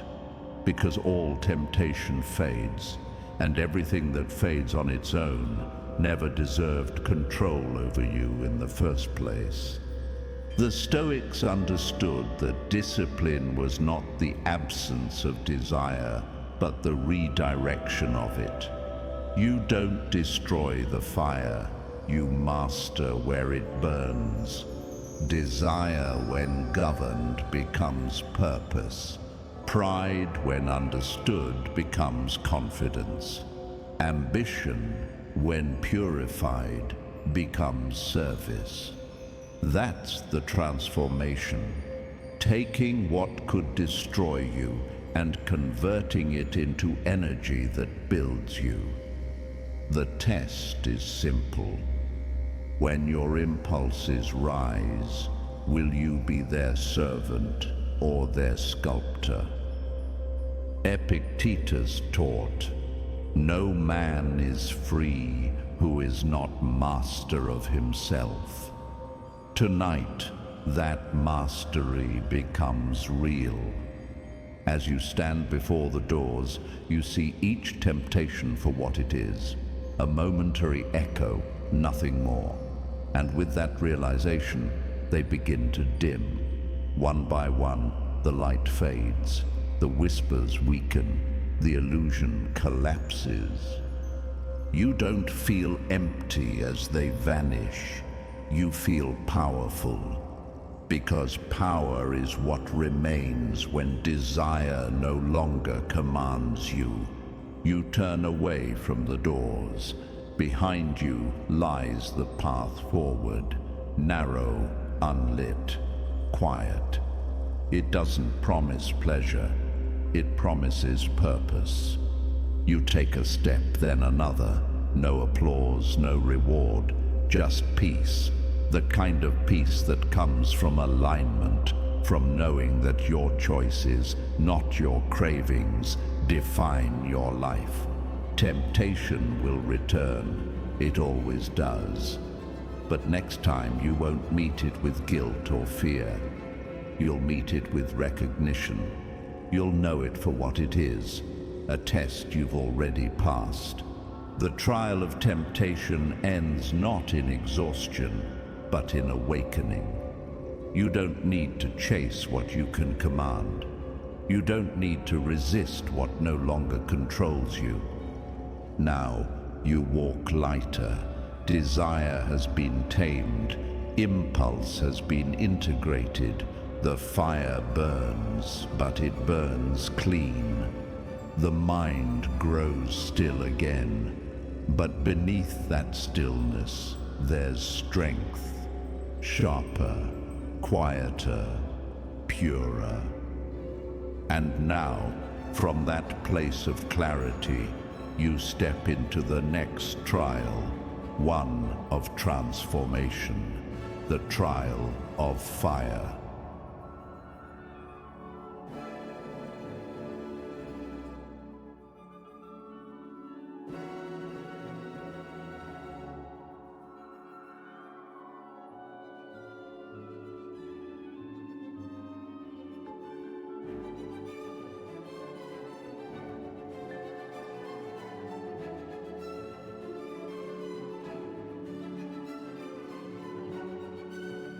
There is no sound now, only the faint hum of breath, the pulse beneath the skin. The silence begins to warm. At first it's subtle, a flicker, a spark. Then slowly the heat rises. You feel it building, alive and deliberate. The next trial has begun, the trial of fire. The ancients saw fire not only as destruction, but as renewal, the force that purifies by consuming what no longer serves.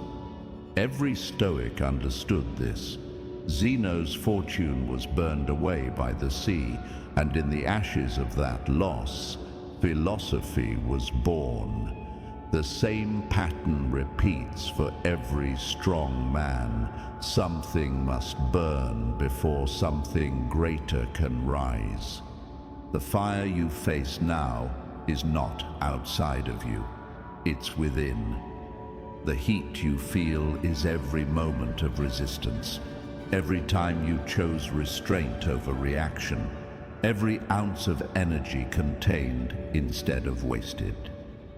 It has built pressure, and now it asks for release, not through explosion, but through transformation.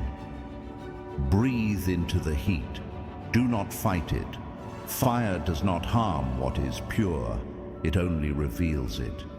The impurities burn first. Fear, vanity, insecurity, all the illusions that keep you small. You can feel them turning to smoke and drifting away. Pain here is not punishment.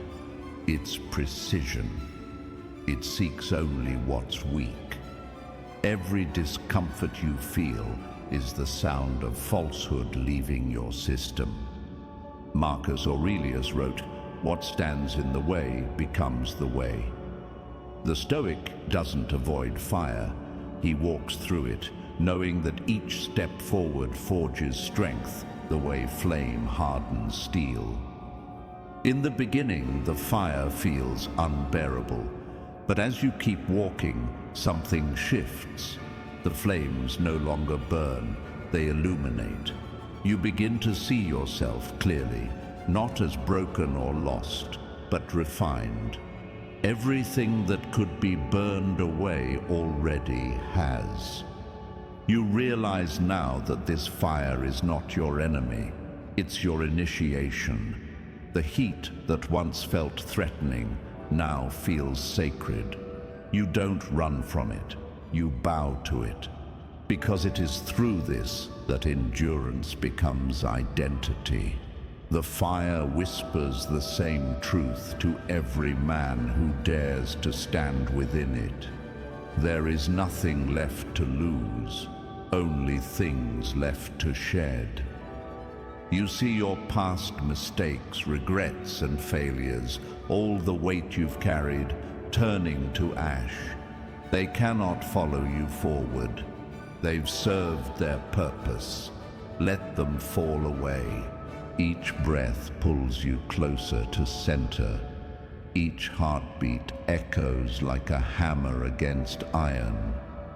You are being shaped, not gently, not softly, but completely. There's a point when the mind stops asking for comfort and starts craving challenge. That's where you are now.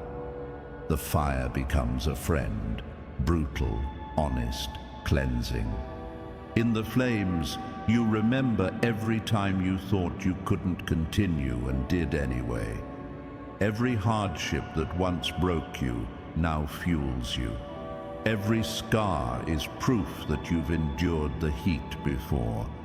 And the fire, sensing that you've learned its lesson, begins to dim. Not fade, but settle, folding into embers. What remains is warmth, calm, power. From the ashes, something steady rises. Not a man rebuilt, but a man revealed. You walk out of the fire without haste, without fear. You don't look back. You don't need to. You've already burned everything that needed burning. The body feels lighter, the mind sharper, the heart quieter. You understand now what the Stoics meant when they said, difficulties strengthen the mind as labor does the body. The fire did not destroy you, it delivered you. It has given you back to yourself, stripped of the unnecessary, refined by discipline, defined by peace. And so, the flames settle into silence. The ground cools beneath your feet. You have passed through destruction into definition. From here, there is no going back to the man who feared discomfort. He was burned away. Ahead lies calm ground, but not rest, integration. The trials have taught the body control, the mind endurance, and the heart stillness. Now, all must unite. You step forward through smoke and light into the open space beyond the flames. The air is clear. The heat lingers only as strength. The final trial waits there, the one that requires no action at all. Integration, the stillness after the fire, the transformation made permanent.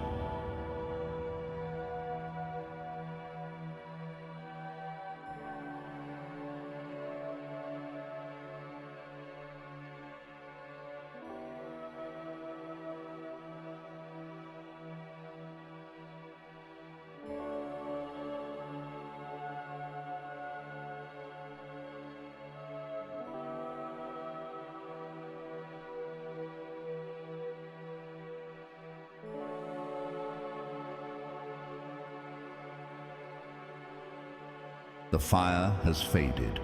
The smoke rises in thin ribbons, disappearing into a sky that is perfectly still. The ground beneath you is warm, not from destruction, but from renewal. Every trial has left a mark, and those marks now form the blueprint of a calmer, stronger self. This is not the moment to act. It is the moment to absorb. The trials were never about endurance alone.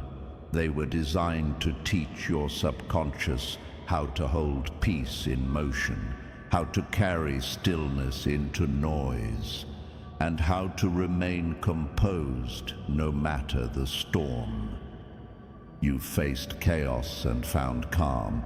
You've met solitude and turned it into strength. You've seen temptation and walked past it without losing control. You've walked through fire and emerged refined. Now, the mind begins the slow work of integration. It stitches together all the lessons: awareness, detachment, discipline, clarity, into something seamless. You don't have to think about it. The training has already begun to live inside you. Inhale deeply and feel the weight of everything you've shed. Distraction, fear, reaction, false desire. Exhale and feel the space they've left behind. That space isn't emptiness, it's freedom. Seneca wrote, "He who is brave is free." This freedom is not political, it's personal. It's the freedom from compulsion, the ability to face the world without being dragged by it. Most people mistake peace for stillness, but peace is motion mastered. It's the ability to move without haste, to speak without noise, to live without losing center. The Stoics didn't train for comfort, they trained for composure. Tonight, your mind has learned the same. It no longer waits for perfect conditions to act. It acts from principle, not mood. If tomorrow brings conflict, you'll recognize it as training. If it brings failure, you'll find the lesson before the pain. If it brings silence, you'll fill it with purpose. You are no longer reacting to life. You are responding to it, deliberately, strategically, without panic. Now think of each trial as a seal being pressed into your character. Noise gave you control. Isolation gave you independence. Temptation gave you mastery. Fire gave you strength. Each imprint is permanent, burned into your memory, your muscles, your breath. This is your new foundation. Calm under chaos, clarity under confusion, discipline under desire. Take a slow breath and notice the shift. The mind feels lighter, the body feels grounded. There's no craving, no urgency, only presence. You've stepped into a level of awareness most people never reach because they fear the silence that brought you here. Every sound, every trial, every reflection up to this point has been preparation for what comes next. You've purified the noise and refined the fire. What remains now is integration, the art of living this calm without losing it. When you rise tomorrow, the lessons won't fade like a dream. They'll move with you in the way you walk, speak, and decide. The discipline you've built in silence will be tested in noise, and each test will only deepen your mastery. This is how transformation works, not through sudden awakening, but through quiet repetition. Each night you return to this state, you reinforce the new structure. Calm as default, strength as habit, peace as instinct. You no longer need to fight distraction or chaos. You've learned to let them pass like weather. You no longer need to prove resilience. You've become it. From this place, the world looks different. It's not gentler, but it's clearer. You see the movement of people and events as patterns, not threats. You see emotion as signal, not command. You see difficulty as forge, not punishment. The trials were never about surviving them. They were about remembering who you are when you stop trying to control what isn't yours. Now, you stand again in stillness, the air quiet, your heart steady. The journey through noise, isolation, temptation, and fire has brought you here, to yourself. From here, the mind will rest. It will carry these patterns into sleep, where they'll sink deeper, fusing with instinct. Tomorrow, when you wake, the calm will already be waiting. The trials have ended. The integration begins. And from this silence, deep, grounded, and unshaken, the next stage of your transformation begins. The Stoic Oath.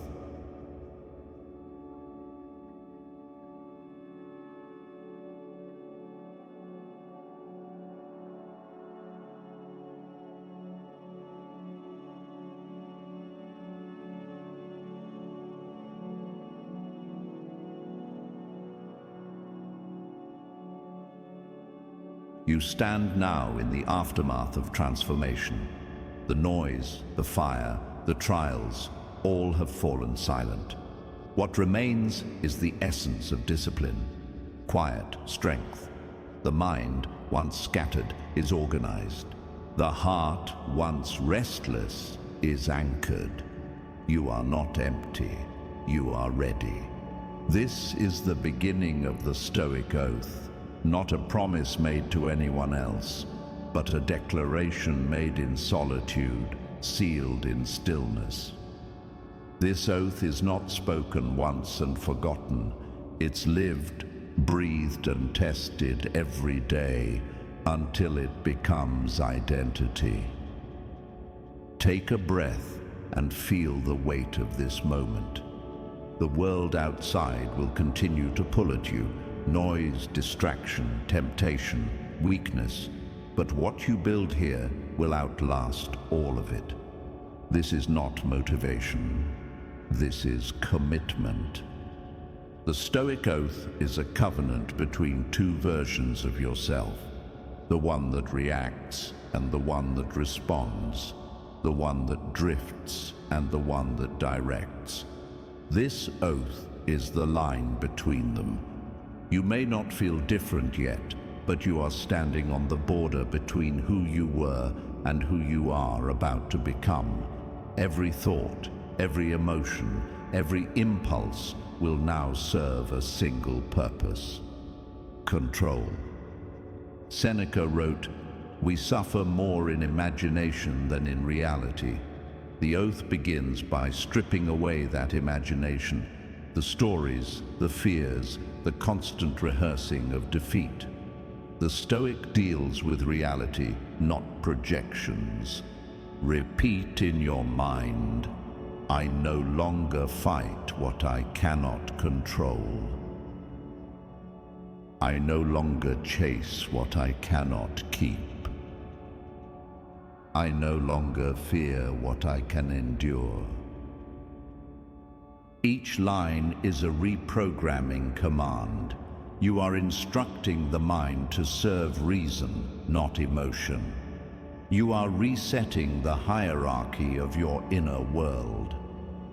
Epictetus taught that freedom is found not in doing what you want, but in wanting what you do. Freedom is choosing discipline even when ease calls louder. The oath begins with that freedom. It's not about rejection of pleasure or denial of comfort. It's about never being owned by them. In this oath, you reclaim sovereignty. You remember that you are not the passenger of your emotions, but the pilot of your direction. The world may test your calm, but it cannot take it without your consent. Now, visualize yourself standing before a vast horizon. No audience, no applause, just the open space of possibility. The ground is solid beneath your feet. Your breathing is steady. You don't need to feel powerful. Power doesn't need feeling. Power simply is. You take this moment to anchor your awareness. The mind is alert, the heart steady. The voice that speaks inside you now is not made of doubt. it's made of decision. Say to yourself quietly, "This is the line. This is the point of no return. This is the beginning of mastery." Every oath requires sacrifice. Tonight, you give up one thing: the false comfort of reaction. From this point forward, reaction belongs to the old self. Response belongs to the new. Marcus Aurelius reminded himself daily, "Waste no more time arguing about what a good man should be. Be one, that's what this oath demands. No more rehearsing strength, no more admiring discipline from afar. You live it, every moment, every breath. When the world provokes, you respond with reason. When it flatters, you respond with humility. When it pressures, you respond with precision. The oath doesn't make you stoic. The repetition of it does. So, breathe again. Let this moment settle into the body like gravity. Let the silence after the words do its work. You've declared your intent. Now the rest is practice. The invocation is complete. The commitment has been made. Next, the words of strength will follow, the first part of the oath itself. You've prepared the ground. Now you'll plant the seeds of power that will govern how you move, how you speak, and how you endure. The oath of strength begins.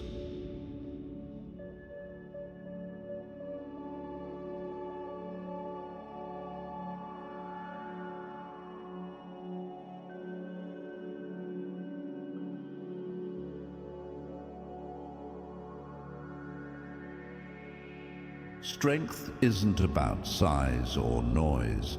It isn't about dominance or defiance. It's about endurance, the quiet, unshakable ability to hold your ground when everything inside you wants to break. The Stoics never worshipped power. They respected control, because control is the rarest form of strength. The kind that can't be stolen, bribed, or faked. You've earned your calm through fire, and now you forge it into law. Say these words silently, not as hope, but as declaration. I do not wait for courage. I act as if I already have it. I do not beg for clarity. I create it through stillness. I do not demand that life be easy. I demand that I be capable. Each line is a brick laid into the structure of your discipline. You are building something permanent, and it starts with how you hold yourself under pressure. The weak look for escape. The strong seek understanding. The Stoic knows that hardship doesn't come to destroy, but to define. Marcus Aurelius reminded himself, "You have power over your mind, not outside events. Realize this, and you will find strength." Real strength begins when the outer world loses control over your inner world. That is the strength you are claiming now. When frustration rises, you pause. When fear surfaces, you breathe. When anger tempts you, you watch, not react.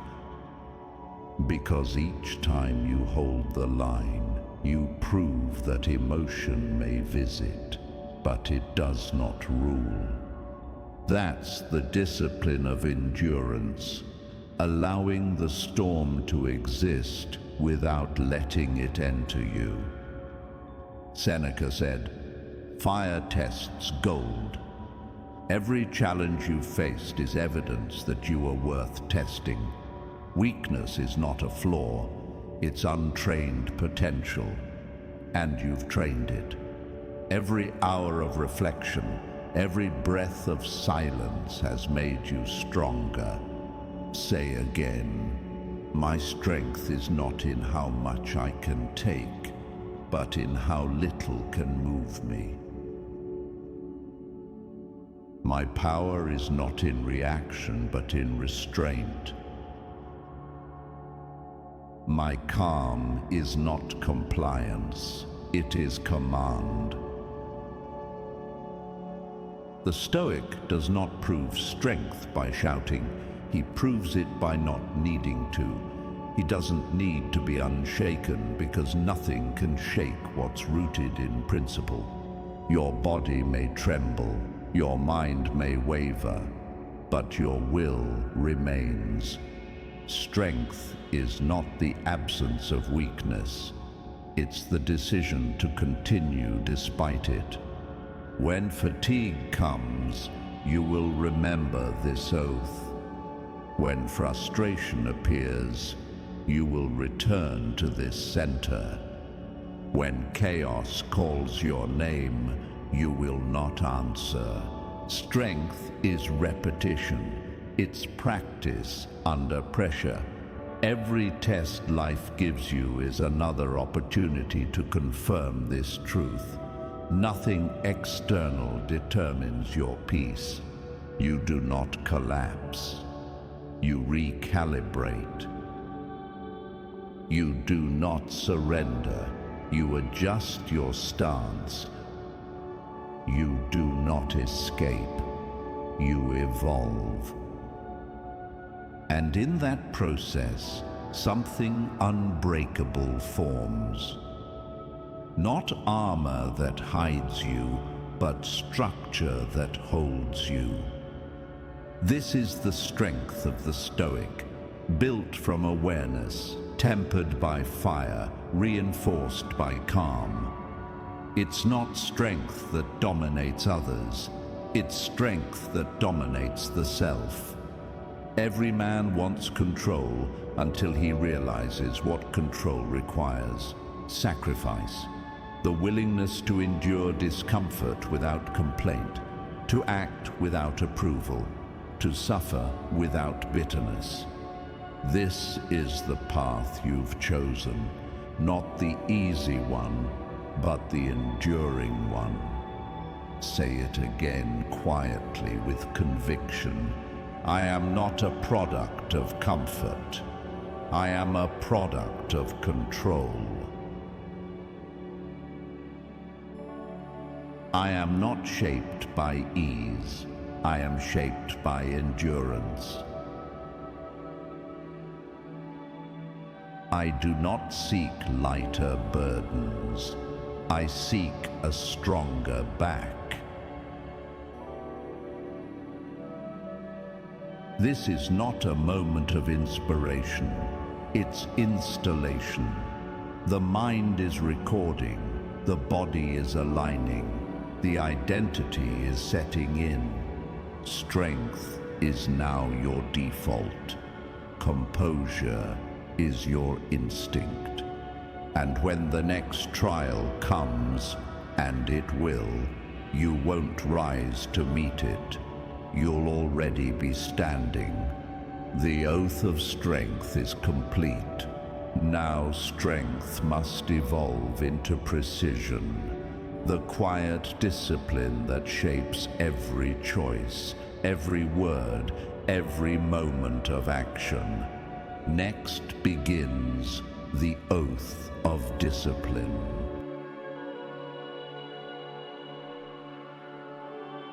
Discipline is not punishment, it is liberation.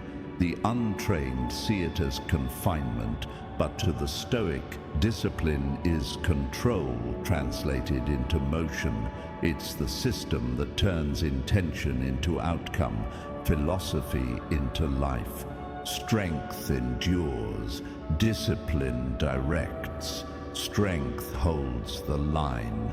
Discipline defines where the line is drawn. A man without discipline is a man ruled by impulse.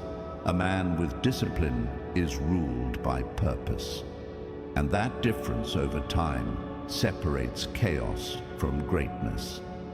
Say this to yourself: I do not wait for motivation. I act from principle. I do not chase feelings. I follow structure. I do not rely on energy. I rely on consistency. Epictetus taught his students that philosophy was not words but training. The Stoic practiced his ideals daily, not when it was convenient, but precisely when it was hardest. That is where discipline lives, in the smallest choices, repeated with ruthless consistency. You will not always feel ready. You will not always feel clear. But readiness is not required for discipline, only decision. Seneca wrote, "Luck is what happens when preparation meets opportunity." Preparation is discipline made visible. Every morning you rise early. Every hour you keep your word. Every temptation you refuse. You're sharpening that edge. You're proving to yourself that control is not a thought, it's a pattern.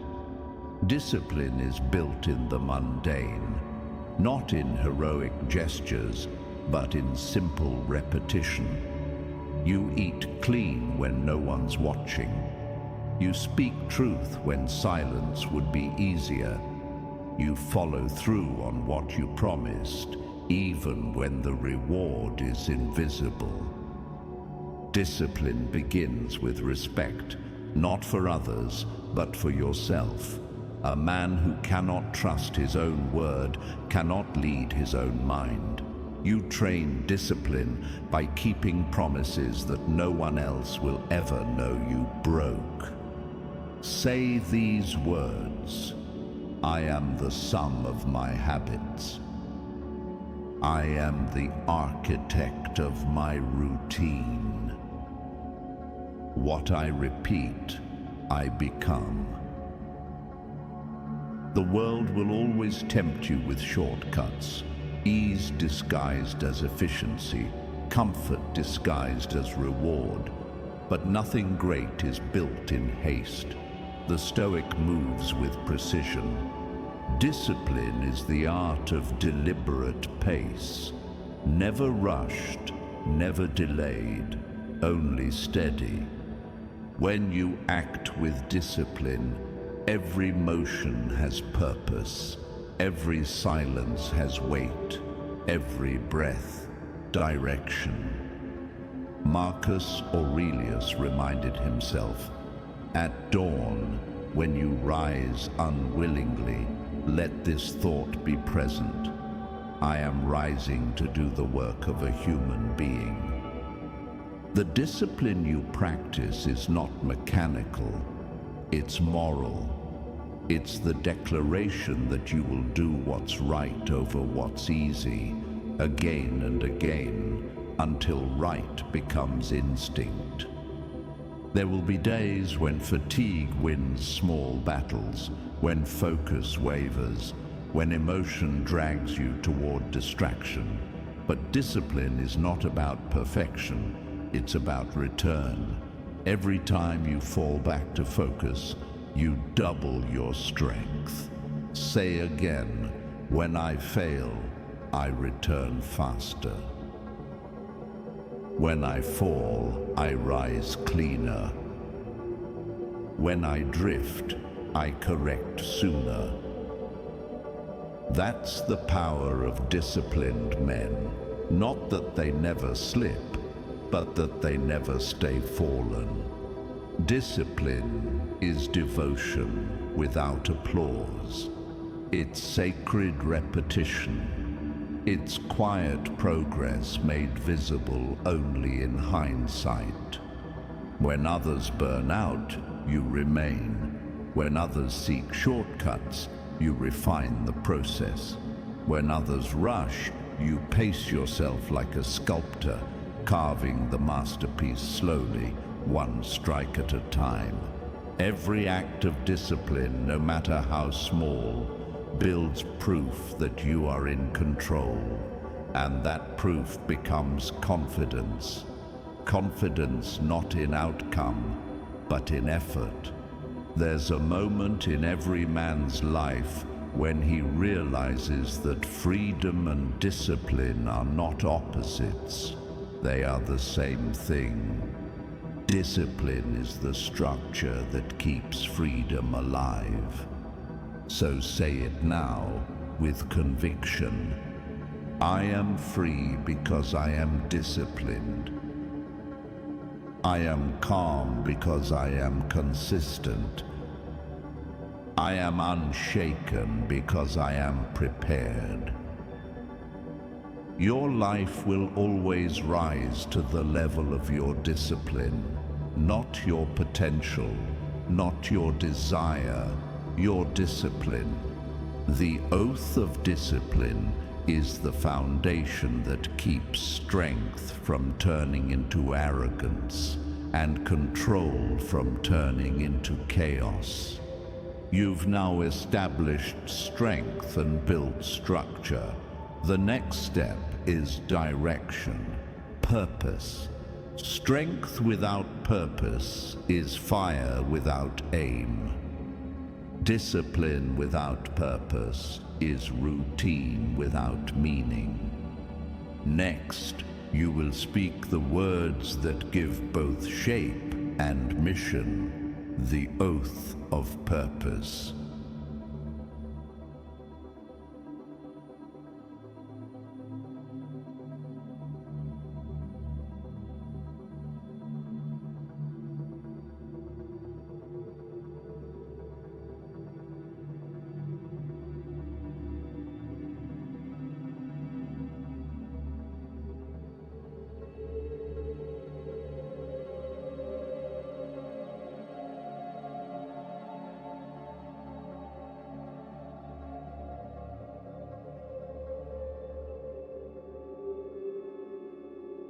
Strength gives you the power to stand.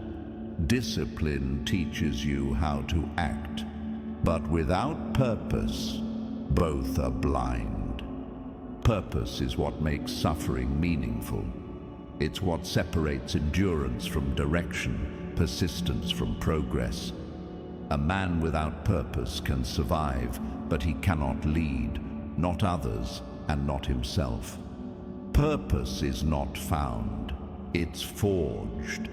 It's the fusion of clarity and conviction, shaped through trial and confirmed through choice. Marcus Aurelius wrote, "A man's worth is measured by the things he pursues." So ask yourself, what are you pursuing? Is it distraction disguised as ambition? Comfort disguised as success? Or is it something that endures beyond applause? Purpose is not about glory, it's about alignment. When your thoughts, actions, and principles move in the same direction, life stops feeling chaotic. Every choice, every breath, every hardship begins to make sense. Say these words quietly and let them take root. I do not chase approval, I pursue alignment. I do not seek comfort, I seek clarity. I do not wish for ease, I wish for meaning. Purpose begins where fear ends, because purpose requires loss of vanity, of noise, of distraction. When you commit to one direction, you must let 1,000 others die. That's why so few ever find theirs. The Stoics knew that purpose wasn't about control over destiny, it was about control over response.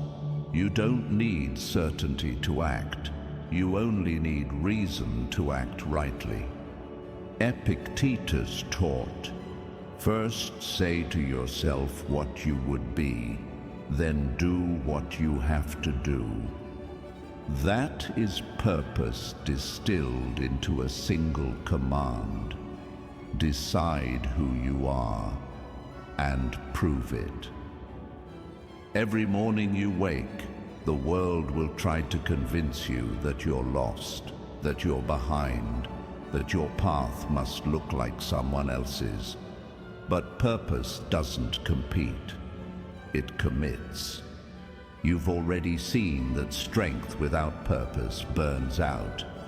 Discipline without purpose becomes mechanical. Purpose unites them. It gives your endurance direction and your discipline meaning.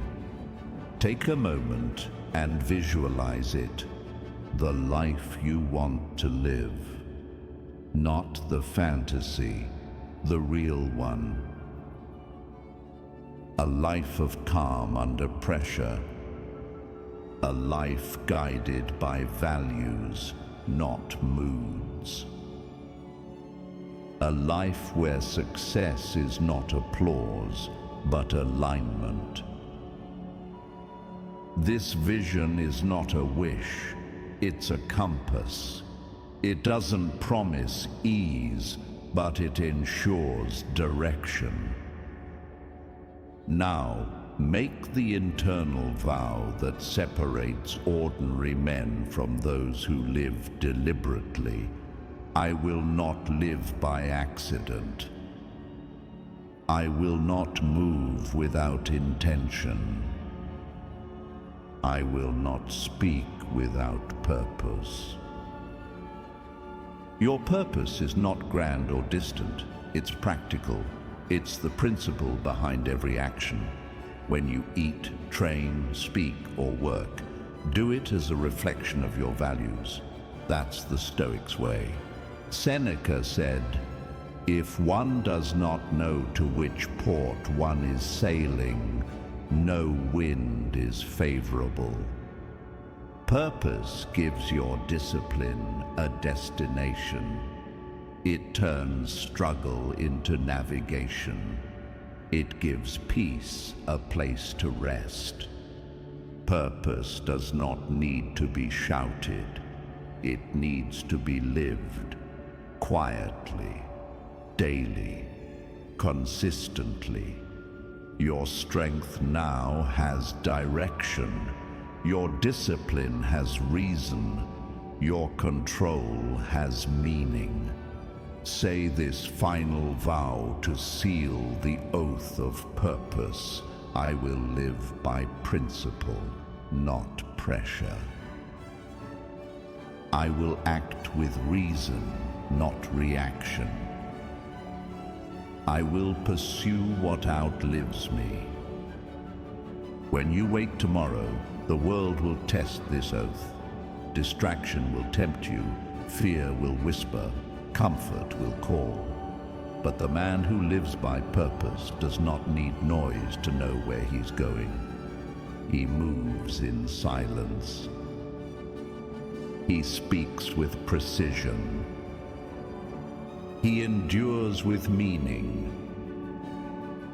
This is the Stoic path, not loud, not easy, but clear. The oath of purpose completes the structure. Now all that remains is integration, where strength, discipline, and purpose converge into instinct. The final phase begins, the oath of peace.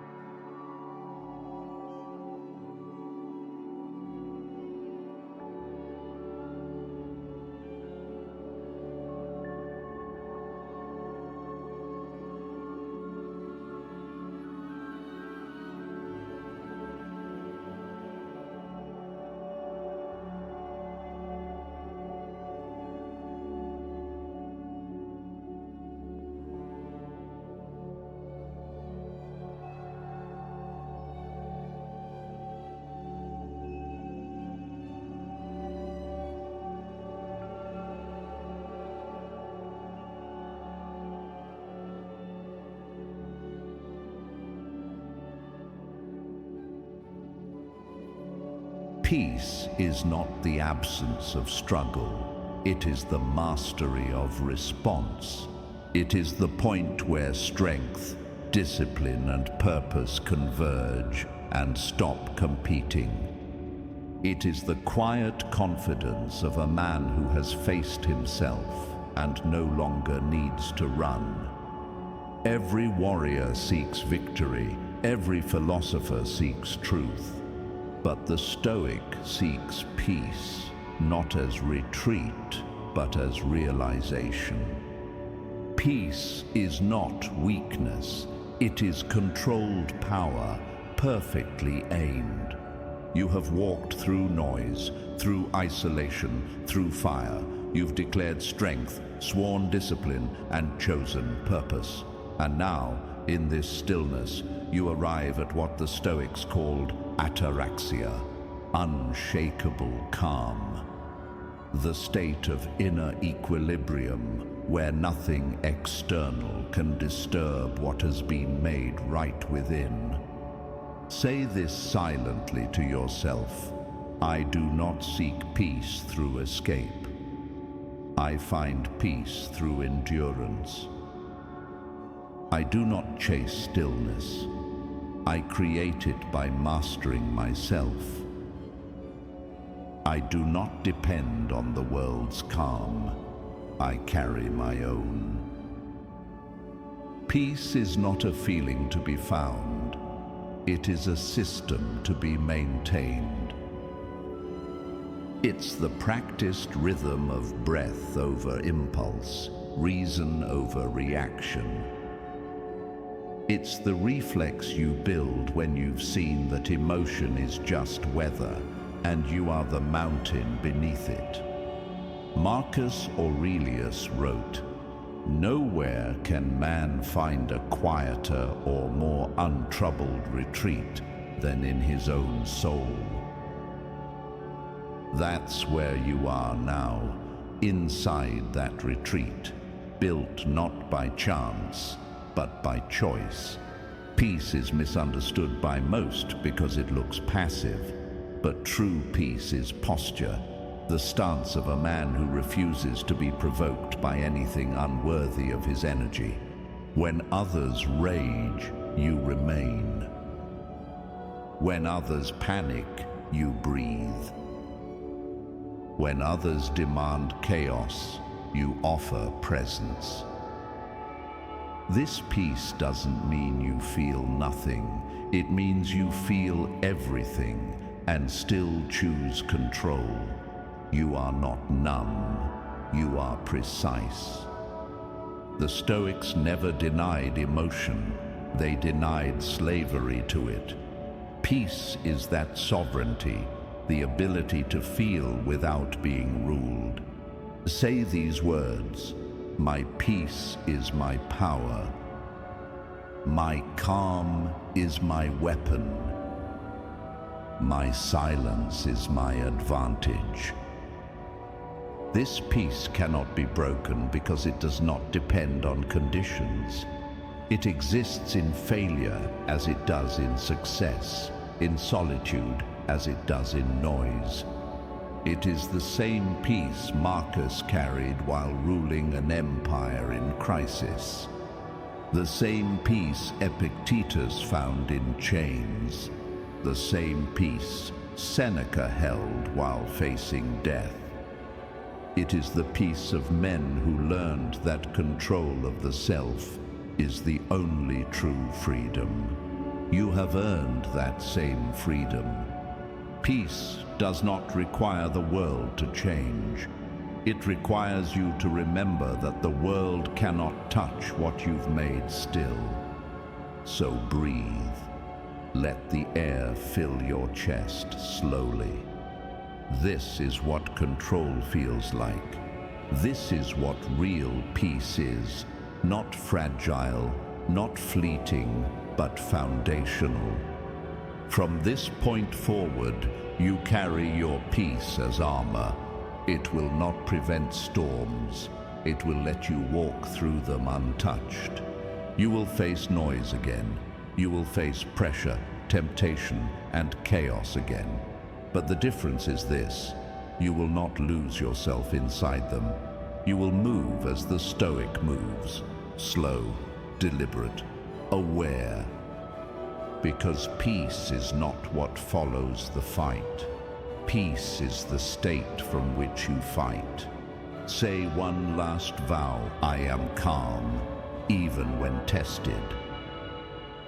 I am clear, even when challenged. I am composed, even when cornered. This is the Stoic's peace, born in storms, sustained in silence, proven in action. You have now walked the full circle: awareness, control, endurance, purpose, peace, each feeding the next, each reinforcing the others. From here, there is no need to chase anything. The pursuit is complete. You have become what you were seeking. The oath is sealed. The practice continues. And as the body drifts into rest, the mind remains steady, anchored, centered, untouchable. When you wake, you will not return to who you were. You will rise as who you've built, unmoved, unbroken, unshaken, at peace.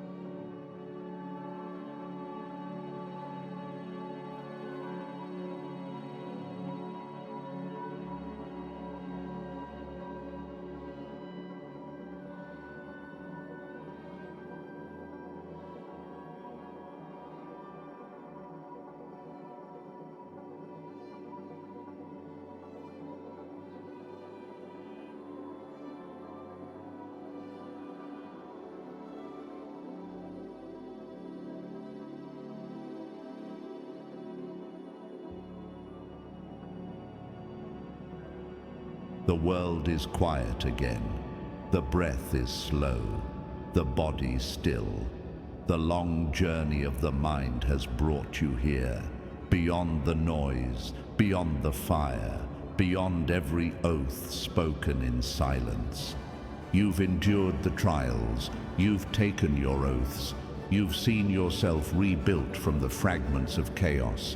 And now the time has come for all of it to settle, to move from the mind into the marrow. Before you lies a horizon of mist and silver light. The ground beneath your feet feels ancient, cool, solid, unwavering. You begin to walk, slowly, each step deliberate. The sound of your movement is steady and rhythmic, like a heartbeat echoing through stone. Somewhere ahead, the outline of a structure begins to appear. Massive, silent. It does not call to you. It simply exists. This is the inner citadel. Marcus Aurelius once wrote, "Men seek retreats for themselves, in the country, by the sea, or in the mountains. But nowhere can a man find a retreat more peaceful than within his own soul. That retreat is here, and tonight you enter it fully." The air thickens as you draw nearer, not heavy, but dense, sacred. Every step forward deepens your awareness. Every breath feels like a vow being honored. You are not escaping the world.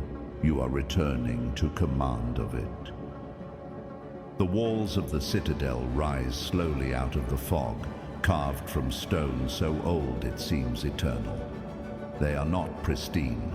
They are weathered and scarred, yet strong. Every mark, every crack is a memory, proof of trials survived and wisdom earned. This fortress was built from your endurance. Every lesson you've absorbed tonight, every moment of restraint, every act of courage, every breath of stillness has laid its foundation. You are not approaching your mind. You are walking through it. You reach the gates. They tower above you, carved not with symbols of conquest, but of calm. Endure, restrain, understand, align, persist. These are not commands. They are truths, the pillars of your being. You lift your hand to the gate.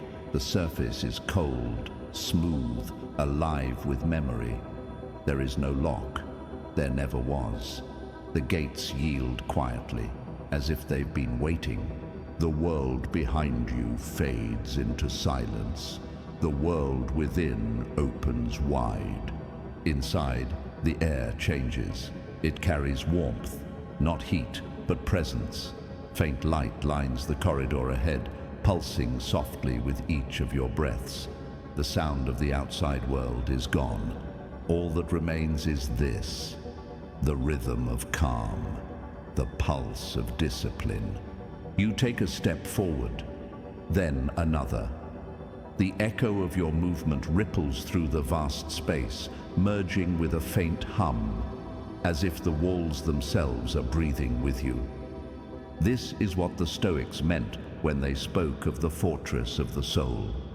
It is not a place built to hide, but to hold, the center that remains unbroken when the world shifts around it. Every step forward feels lighter, more certain. You are walking deeper into your own mind, through corridors of memory, through halls of thought, through chambers of calm. Along the walls, faint carvings glow. You pause to read them. Each inscription is a fragment of wisdom, not foreign, but familiar. You have power over your mind, not outside events. If you are pained by anything external, it is not this thing that disturbs you, but your judgment about it. What stands in the way becomes the way. You've heard these words before, but here they're not lessons, they're architecture. Each idea has been built into the walls themselves, the structure of your awareness. The air grows warmer as you move forward. Light flickers deeper ahead. A low sound hums like distant chanting, not voices, but echoes of thought. You follow the sound, each breath sinking to its rhythm. This is where philosophy stops being something you study and becomes something you feel. The boundaries between the physical and the internal begin to dissolve.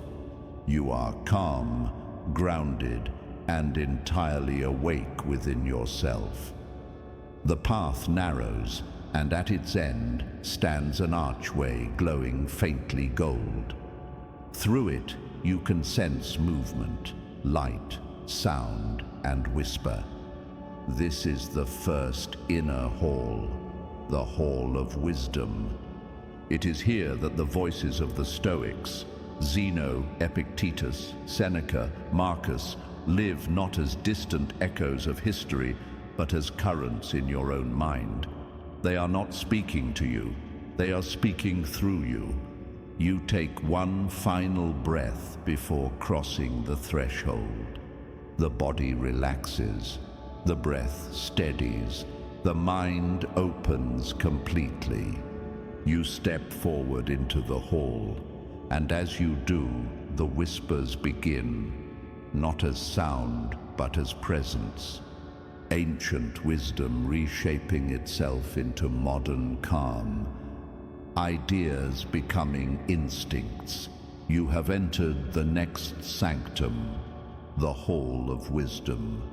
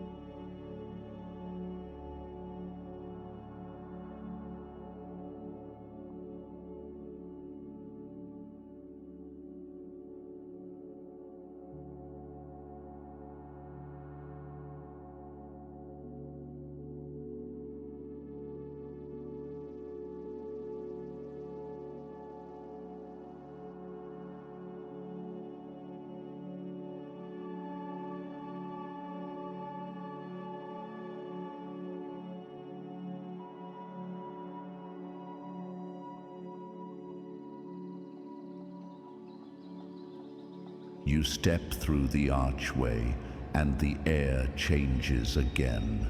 Warm, still, weightless. The light here has no source. It glows from everywhere and nowhere, a soft gold, like dawn seen through closed eyes. This is the Hall of Wisdom, a space built not from words, but from understanding. The corridor stretches wide, its floor smooth like polished stone. Along each wall stand tall pillars, ancient, weathered, and alive with faint inscriptions. As you walk between them, the carvings begin to hum, as if the words themselves are breathing. Each pillar holds a fragment of timeless thought, echoes of every philosopher who built this way of life. But here their voices aren't lectures, they're reminders, folded into silence, waiting to be heard by the calm mind. You move slowly. Each step reveals another whisper. You have power over your mind, not outside events. The voice is soft, layered in light. And as you hear it, something inside you settles. The words don't instruct you, they reaffirm you. You already know them. You've lived them in moments of patience, moments when you refuse to lose yourself to noise. You walk on. Another voice rises, not from outside, but from within. It is not that we have a short time to live, but that we waste much of it. Seneca's wisdom echoes through the space. You feel it not as guilt, but as urgency, a calm, centered reminder that time is not the enemy. Distraction is. Every hour spent in awareness adds to the walls of this hall. Every moment you choose stillness over reaction strengthens the foundation. A faint wind stirs, but it doesn't move the air. It moves the memories. You see flashes of your past, times when you acted without clarity, when emotion ruled reason.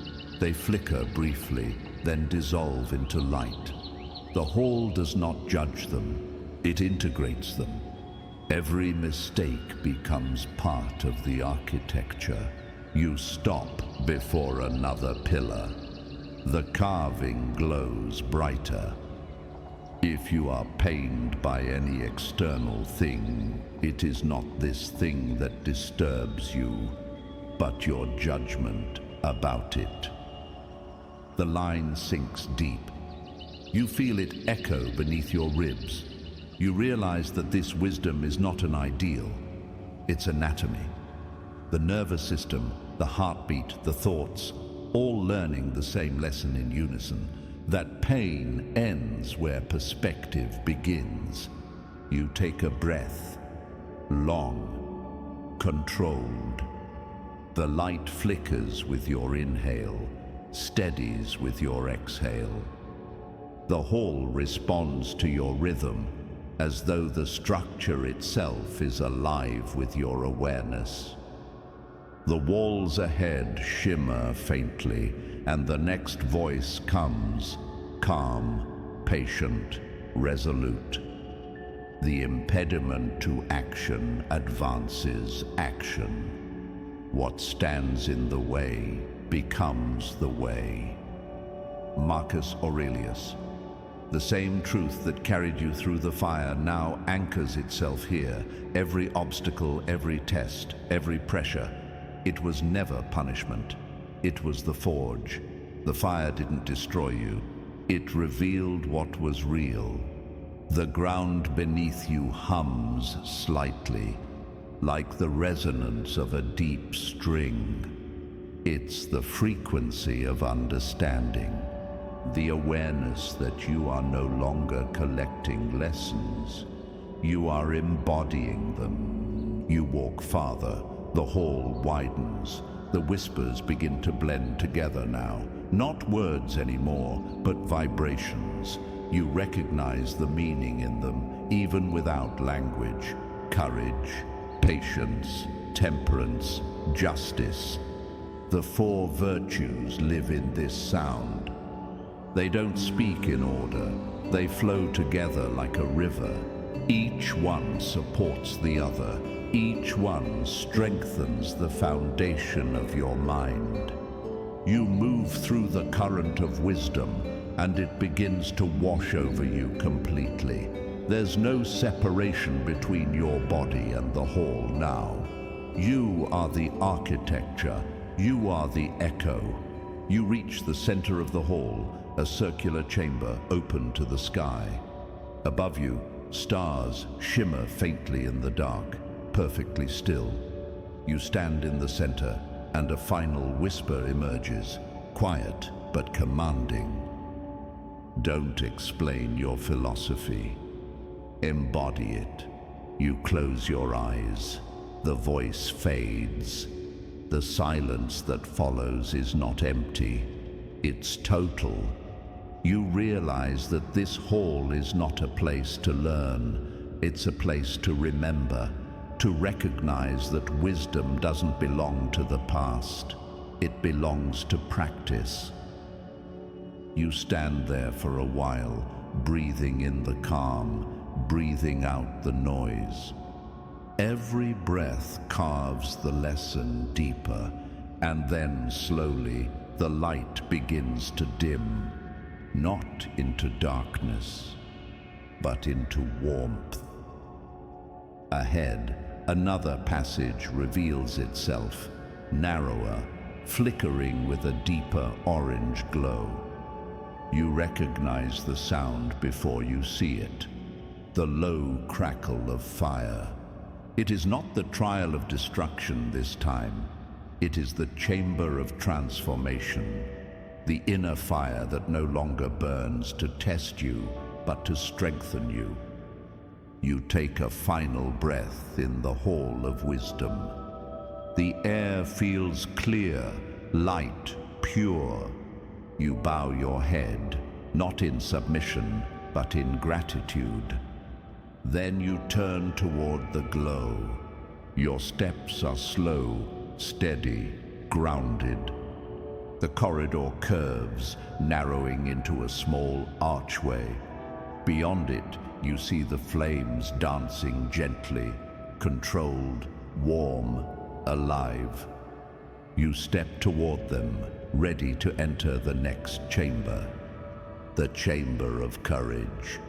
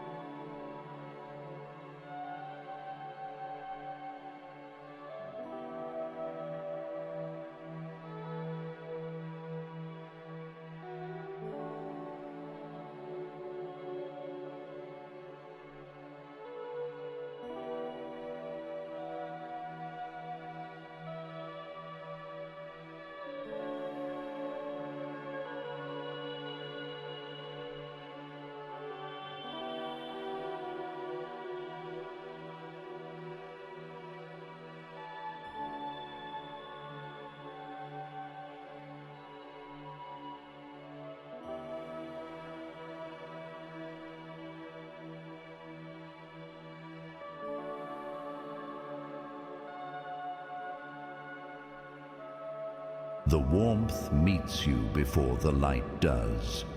It rolls across your skin, not harsh, not burning, but steady and alive, like the heartbeat of the earth itself. As you step through the archway, you enter a vast, circular chamber.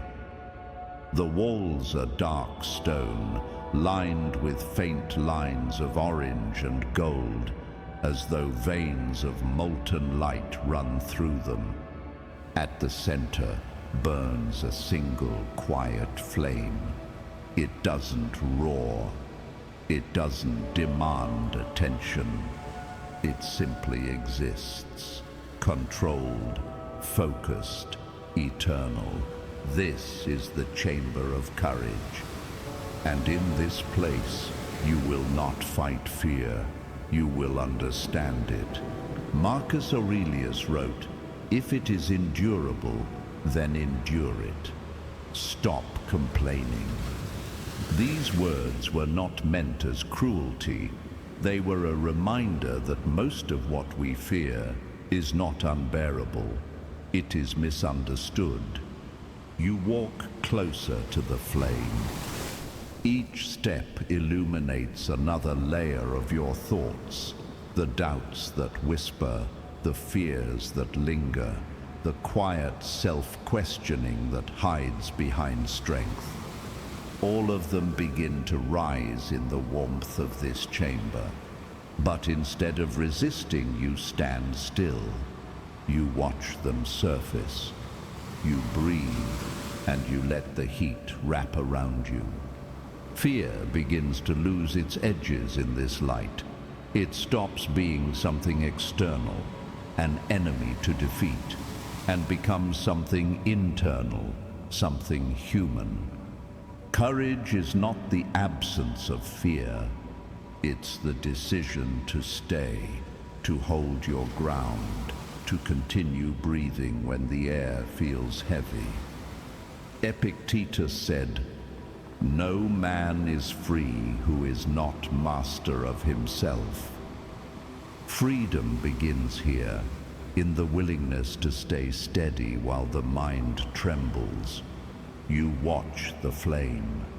It flickers, bends, and then steadies again. Every time it wavers, it finds its center. Every time it bends, it returns upright. It is alive, and it teaches you through its rhythm. The flame says nothing, but you understand it. You don't have to eliminate fear to move forward. You only have to stand closer to the fire without retreating. Your heart begins to match the pulse of the flame. Slow, strong, consistent. The heat doesn't harm. It hardens. It shapes. It reminds. Every challenge you faced has brought you here, not to break you, but to prove that you could endure. Courage was never about winning. It was about continuing. You take one step closer. The air hums softly. The flame grows taller, brighter. In its light, you begin to see shapes on the walls, faint carvings of men and women standing before storms, before fire, before darkness. Each one calm, each one grounded. They are not heroes. They are reflections of you. You realize something quietly profound. Courage is not loud. It's not cinematic. It's the stillness that survives every wave. You close your eyes and take a slow, deliberate breath. Inhale, strength. Exhale, fear. Inhale, presence.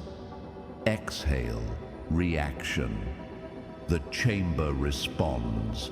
The flame steadies into a column of calm, golden light. It stretches upward, not violently but gracefully, until it touches the domed ceiling above. For a moment, everything glows. The carvings, the walls, the air, all lit with the same golden hue. You feel no separation between yourself and the flame. You are part of the same process. Light emerging from resistance. Calm forming through trial. Strength refined by heat. The warmth doesn't fade. It softens from heat into energy, from energy into peace. You take a step back, and the flame lowers in kind, mirroring your breath. You bow your head slightly, in respect, not worship. The flame bends gently, as if acknowledging your endurance. The lesson of courage is complete. The fear has not vanished, but its power has dissolved. It no longer rules from shadow. It exists in balance, as part of the whole. You turn toward the far side of the chamber. Another doorway waits, carved into the stone, faintly glowing with silver light. This one feels cooler, reflective, its presence calm, deliberate. You take a slow breath. The warmth of courage follows you, resting like a heartbeat behind your ribs. You are ready to face what comes next, not with fire, but with clarity. As you step toward the silver glow, the air grows cooler. The sound of flame fades, replaced by a faint echo, like water over stone.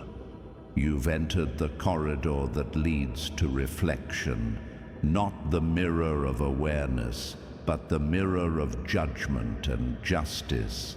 Here, you will see not what you feel, but what you are. You take one final look back at the flame. It flickers once, bright, bold, alive, and then steadies again, eternal as ever. You turn forward, walking into the quiet silver light. The warmth stays with you, steady and grounded. You are entering the next chamber, the mirror of justice.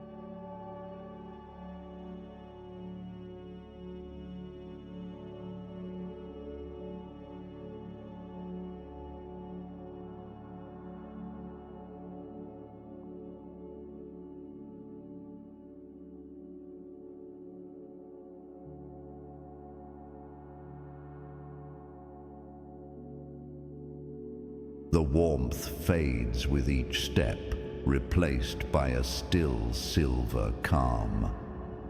The corridor opens into a long circular chamber, vast and quiet, like the inside of a mountain carved by patience itself.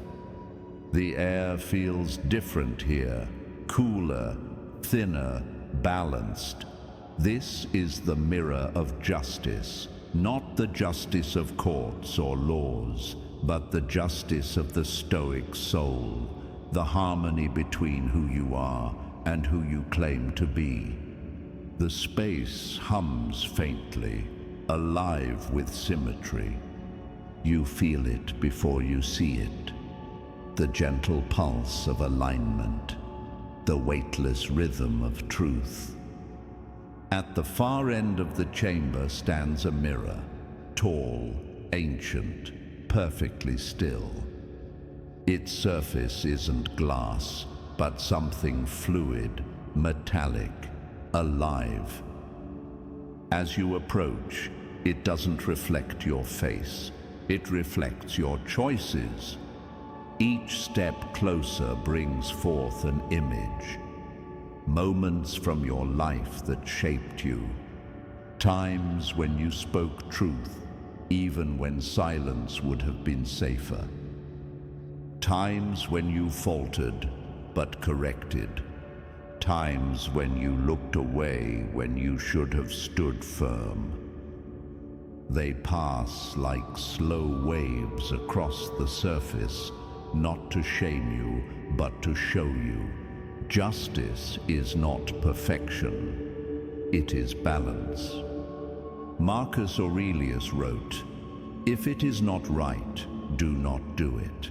If it is not true, do not say it." These words ripple through the air, and you feel them resonate in your chest. You realize that justice begins not in judgment of others, but in honesty with yourself. You stand before the mirror now, close enough to see the faint light within it, pulse with your breath.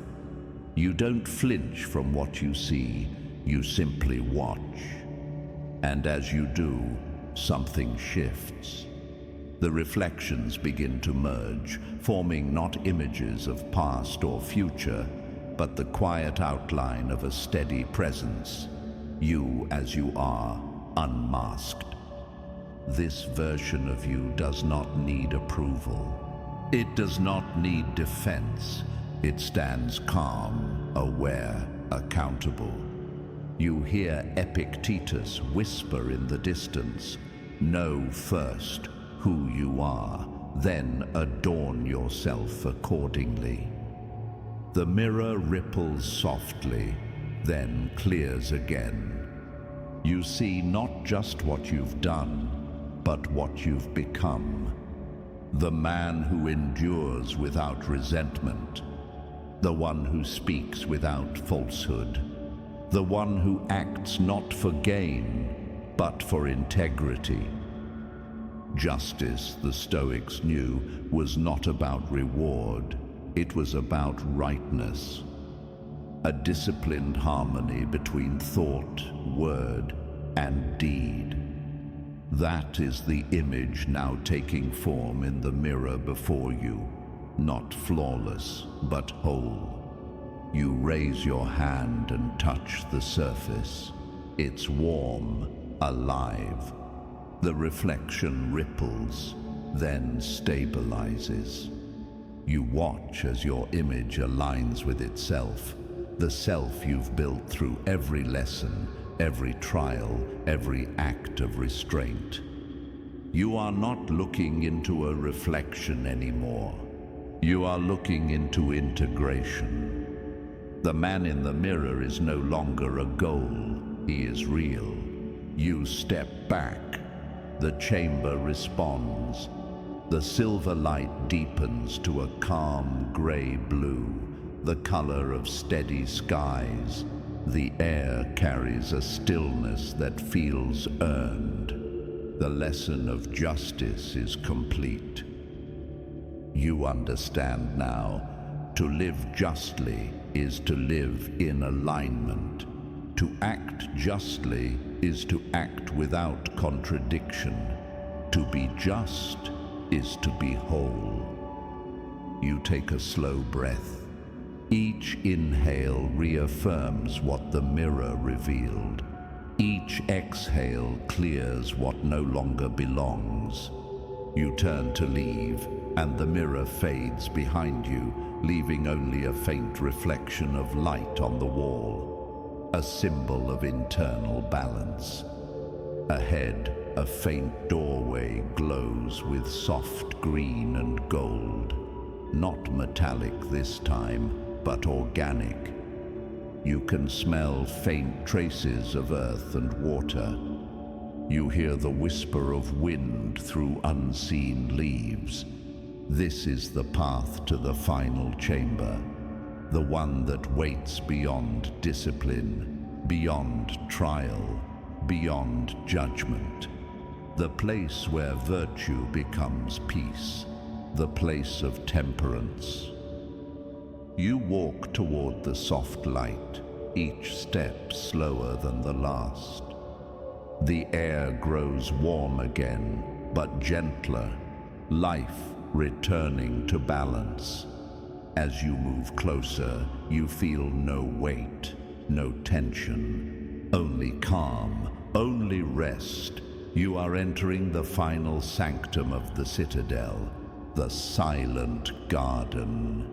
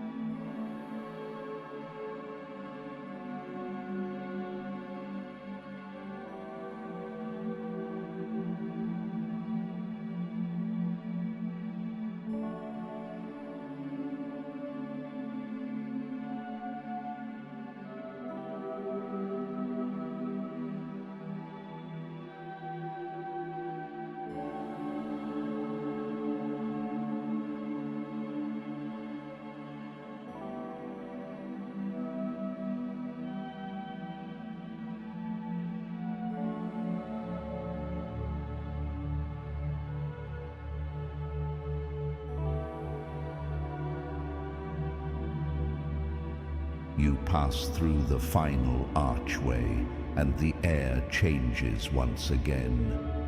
It is warmer now, softer, the air of living things, the breath of calm earth. The sound beneath your feet is no longer stone, but soil. And ahead, through a veil of pale golden light, you see it. A garden hidden deep within the citadel. No one built this place. It has always existed, waiting for you to arrive. You step forward slowly. The ground is alive beneath you, covered in moss that yields with every step. The air carries the faint scent of rain and pine, a whisper of something older than thought.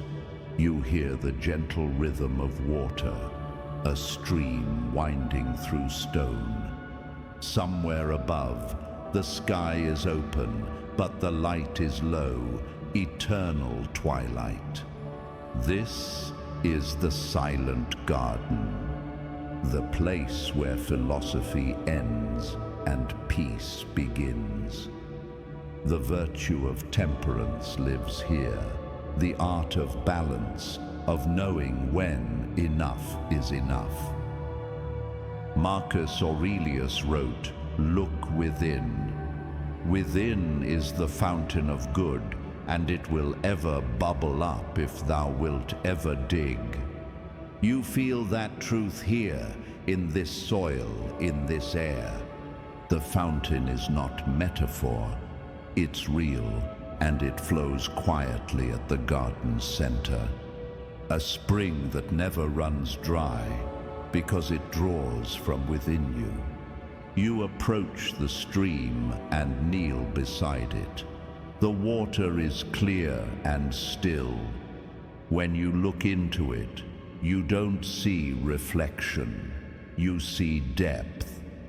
This is not the mirror of judgment, but the mirror of acceptance. Temperance is not restraint born of fear. It is mastery born of peace. It's the quiet strength to stop when enough is enough, to speak only when words improve silence, to act only when action aligns with reason. You've fought the storms. You've walked through fire. Now you learn to rest. You dip your hand into the water. It's cool but not cold, a balance between calm and vitality. Ripples form and spread outward, touching everything, returning again. Even movement here finds its way back to stillness. This is the essence of temperance. Everything in motion, everything in order, nothing in excess. You sit beside the stream. The ground supports you completely. No effort, no strain, just weightless balance. For a long time, you simply breathe. Each breath anchors you deeper into the moment. You are aware of the pulse of your heart, the rhythm of the air, the quiet hum of the earth beneath you. There is no separation between you and the world here. You are not observing peace. You are peace. The thoughts that used to fight for attention now rest. The emotions that once flooded your mind now flow gently, like this stream, steady, calm, clear. You've trained your mind to return here, no matter the noise outside. This garden will remain inside you, untouched by circumstance. You hear Seneca's voice, quiet, patient, as if carried by the breeze. True happiness is to enjoy the present, without anxious dependence upon the future. The words settle in the air like dust in sunlight, and for the first time, you fully understand them. There is no reaching here, no rushing, only the steady hum of being. You let the sound of the water fade into your breath. Inhale, exhale. Stillness deepens. If thoughts return, you let them pass like leaves across the surface of the stream. Nothing to chase, nothing to fix, nothing to prove. The Stoics never sought to feel nothing. They sought to feel rightly, to align emotion with understanding, impulse with purpose, action with virtue. And now you feel that alignment completely. There is no battle left between who you are and who you want to be. There is only unity. You open your eyes once more and look around the garden. It extends farther than sight allows, disappearing into mist and light. But you know its borders don't matter. The garden has no end because it lives within you now. This is where you will return whenever the world becomes too loud, whenever the weight grows heavy, whenever the storm calls your name. Here you will sit. Here you will breathe. Here you will remember that peace was never something to seek. It was something to allow. You rise slowly. The body feels lighter than before, not from escape, but from alignment. The stream continues to flow. The air hums with quiet life. You take one final breath and let the stillness seal itself within you. You turn toward the path that leads out of the garden, not back into noise, but into the world as it is. You are no longer seeking silence. You carry it. As you step through the final gate, the citadel fades behind you. The walls dissolve into light, the air into breath, the ground into presence. And then there is only stillness. The mind rests calm and sovereign. The body drifts, weightless and steady. The heart moves in perfect rhythm with the universe. Temperance is complete. The citadel stands. You may rest within its walls.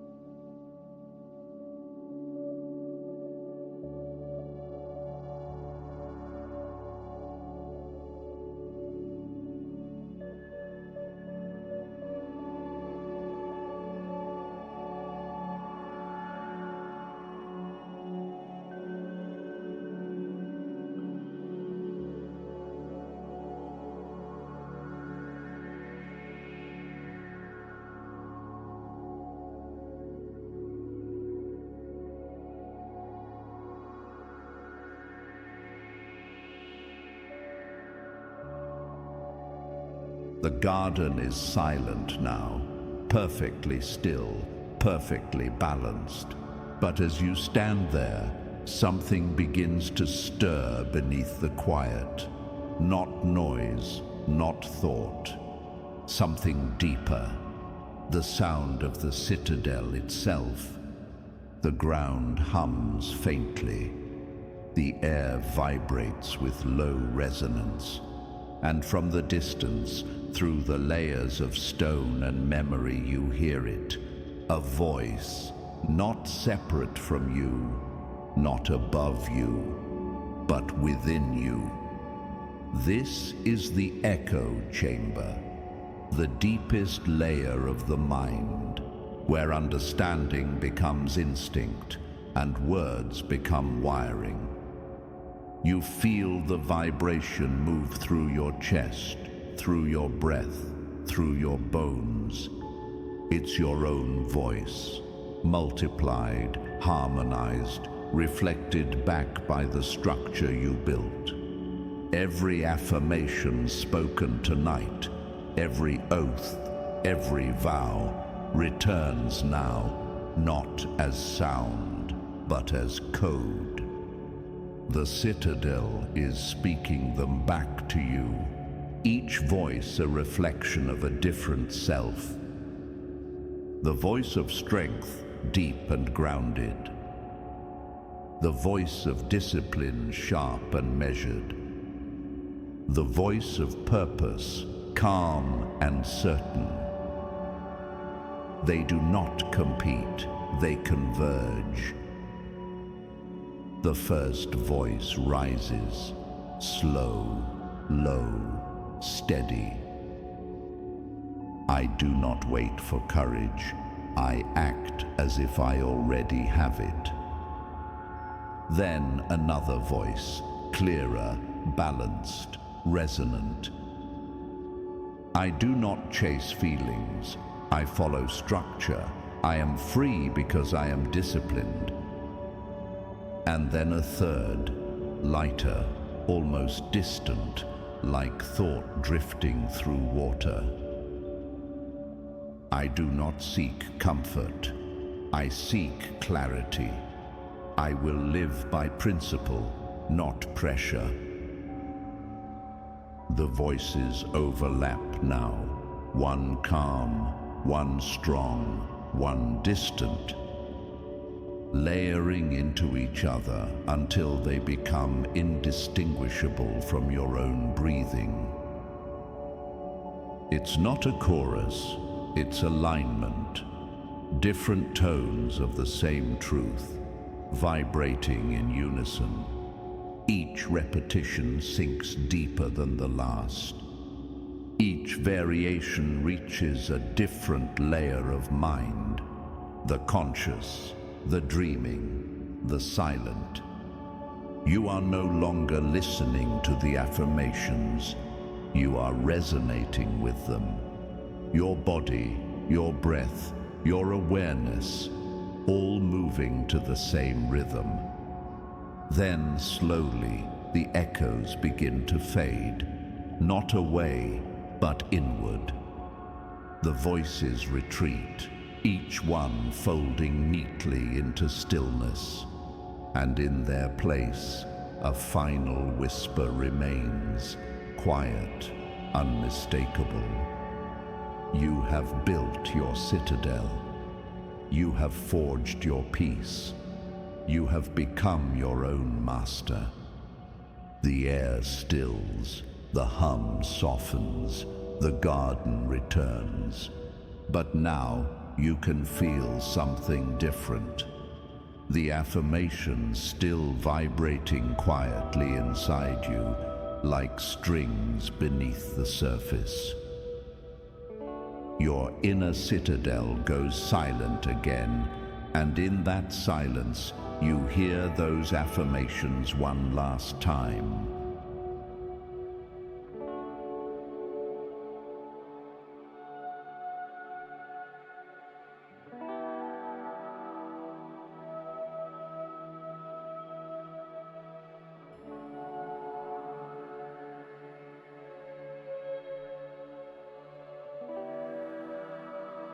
I don't chase approval.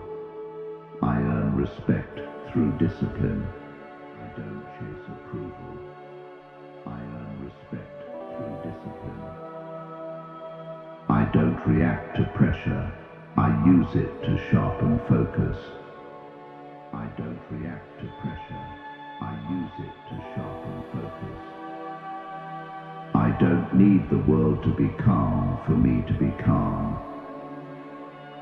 I don't need the world to be calm for me to be calm. I choose clarity over chaos. I choose clarity over chaos. I control my emotions. They do not control me. I control my emotions. They do not control me. I act with reason, not impulse. I act with reason, not impulse. I move slow, but I never stop. I move slow, but I never stop. When others panic, I pause. When others panic, I pause. When others speak, I observe. When others speak, I observe. When others crumble, I adapt. When others crumble, I adapt. The man who controls himself controls everything. The man who controls himself controls everything. The man who controls himself controls everything. The man who controls himself controls everything. Every time I choose patience over pride, I strengthen my position. Every time I choose patience over pride, I strengthen my position. Every moment of restraint adds power to my words. Every moment of restraint adds power to my words. I do not compete for attention. I compete with my former self. I do not compete for attention. I compete with my former self. My peace is my advantage. My peace is my advantage. My composure is my weapon. My composure is my weapon. Confidence isn't arrogance. It's evidence. Confidence isn't arrogance. It's evidence. Evidence built by consistent action, by keeping promises to myself when no one is watching. Evidence built by consistent action, by keeping promises to myself when no one is watching. Each breath, each decision tonight reinforces that evidence. Each breath, each decision tonight reinforces that evidence. I am the same man who faced storms, only now I see them as training. I am the same man who faced storms, only now I see them as training. Nothing that happens tomorrow will be new, only another chance to practice what I've mastered here. Will be new, only another chance to practice what I've mastered here.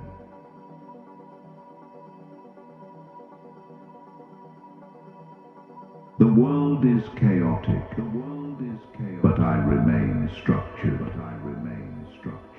The world reacts. I respond.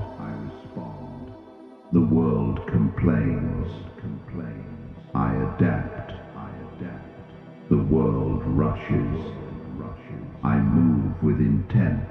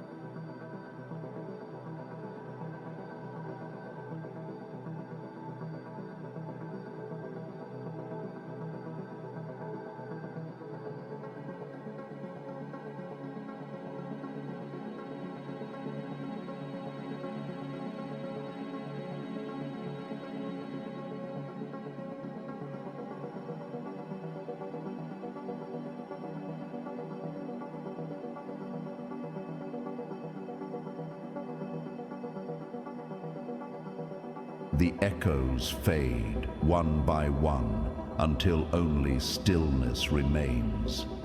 The garden quiets, the citadel rests, the air softens into breath. You are no longer walking, no longer seeking, no longer building. You are simply being. Everything you've practiced tonight, every word, every silence, every vow, has dissolved into something simpler, something truer. The work is complete. The mind no longer reaches. It remembers. The body no longer resists. It releases.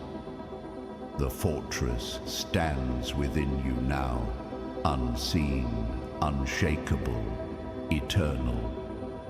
Its walls no longer keep the world out. They hold peace in. You breathe in.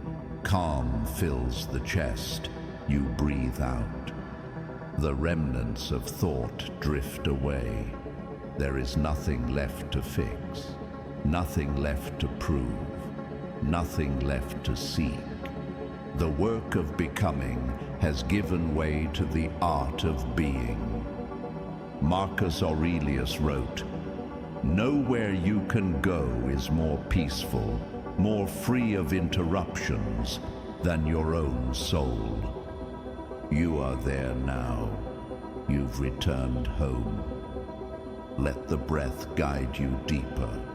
Each inhale, awareness. Each exhale, release. Your body sinks the way a leaf settles into water. No effort, no resistance, just surrender. All the lessons from this night, the oaths, the trials, the wisdom, the echoes, now fall like rain into the soil of the subconscious. And as you sleep, they take root. They do not vanish, they grow.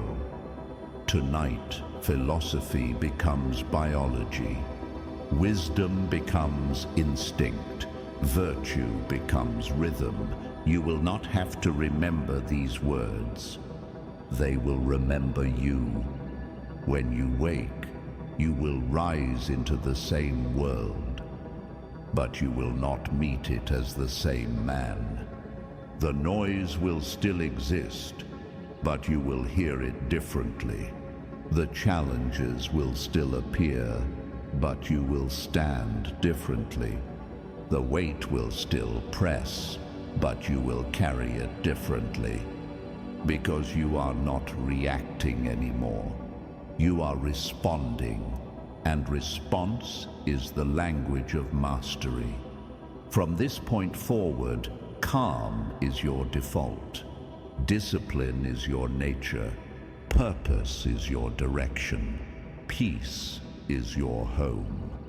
Sleep now. Let go of awareness, one breath at a time. Let go of control. You've already built it. Let the body drift. Let the mind dim. Let the stillness expand. You are safe inside your citadel. Nothing can harm what you've made whole. Nothing can disturb what you've made still. The fortress does not sleep, it watches, and as you rest, it repairs. As you dream, it strengthens. As you breathe, it builds. You are not fading into nothingness. You are sinking into alignment. You are not escaping life. You are preparing to live it. Calm, deliberate, awake. When morning comes, you will rise not as a man seeking peace, but as one who embodies it. Not searching for meaning, but moving with it. Not chasing control, but walking in it. You will wake with steady breath and clear eyes. The noise will come, but it will not enter. The day will demand, but you will not rush. The world will spin, but you will remain still. Because this is who you are now, the builder of your mind, the keeper of your calm, the Stoic, reborn in silence. And if you're still awake, take this moment before sleep to ground the habit. If this calm has helped you, save it. Save this video so your mind can return to it again and again. Put it on loop tonight.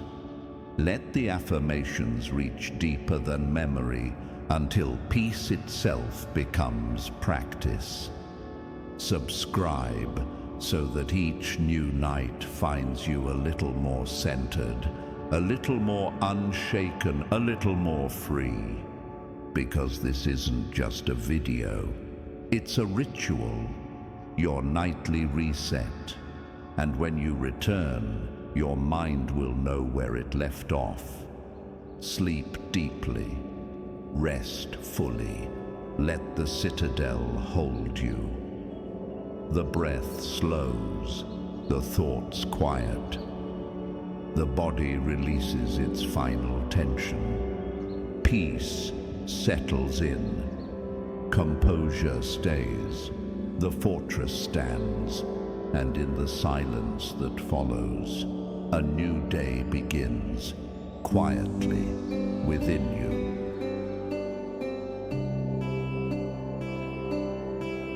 Now, sit in the calm. Let the peace soak in.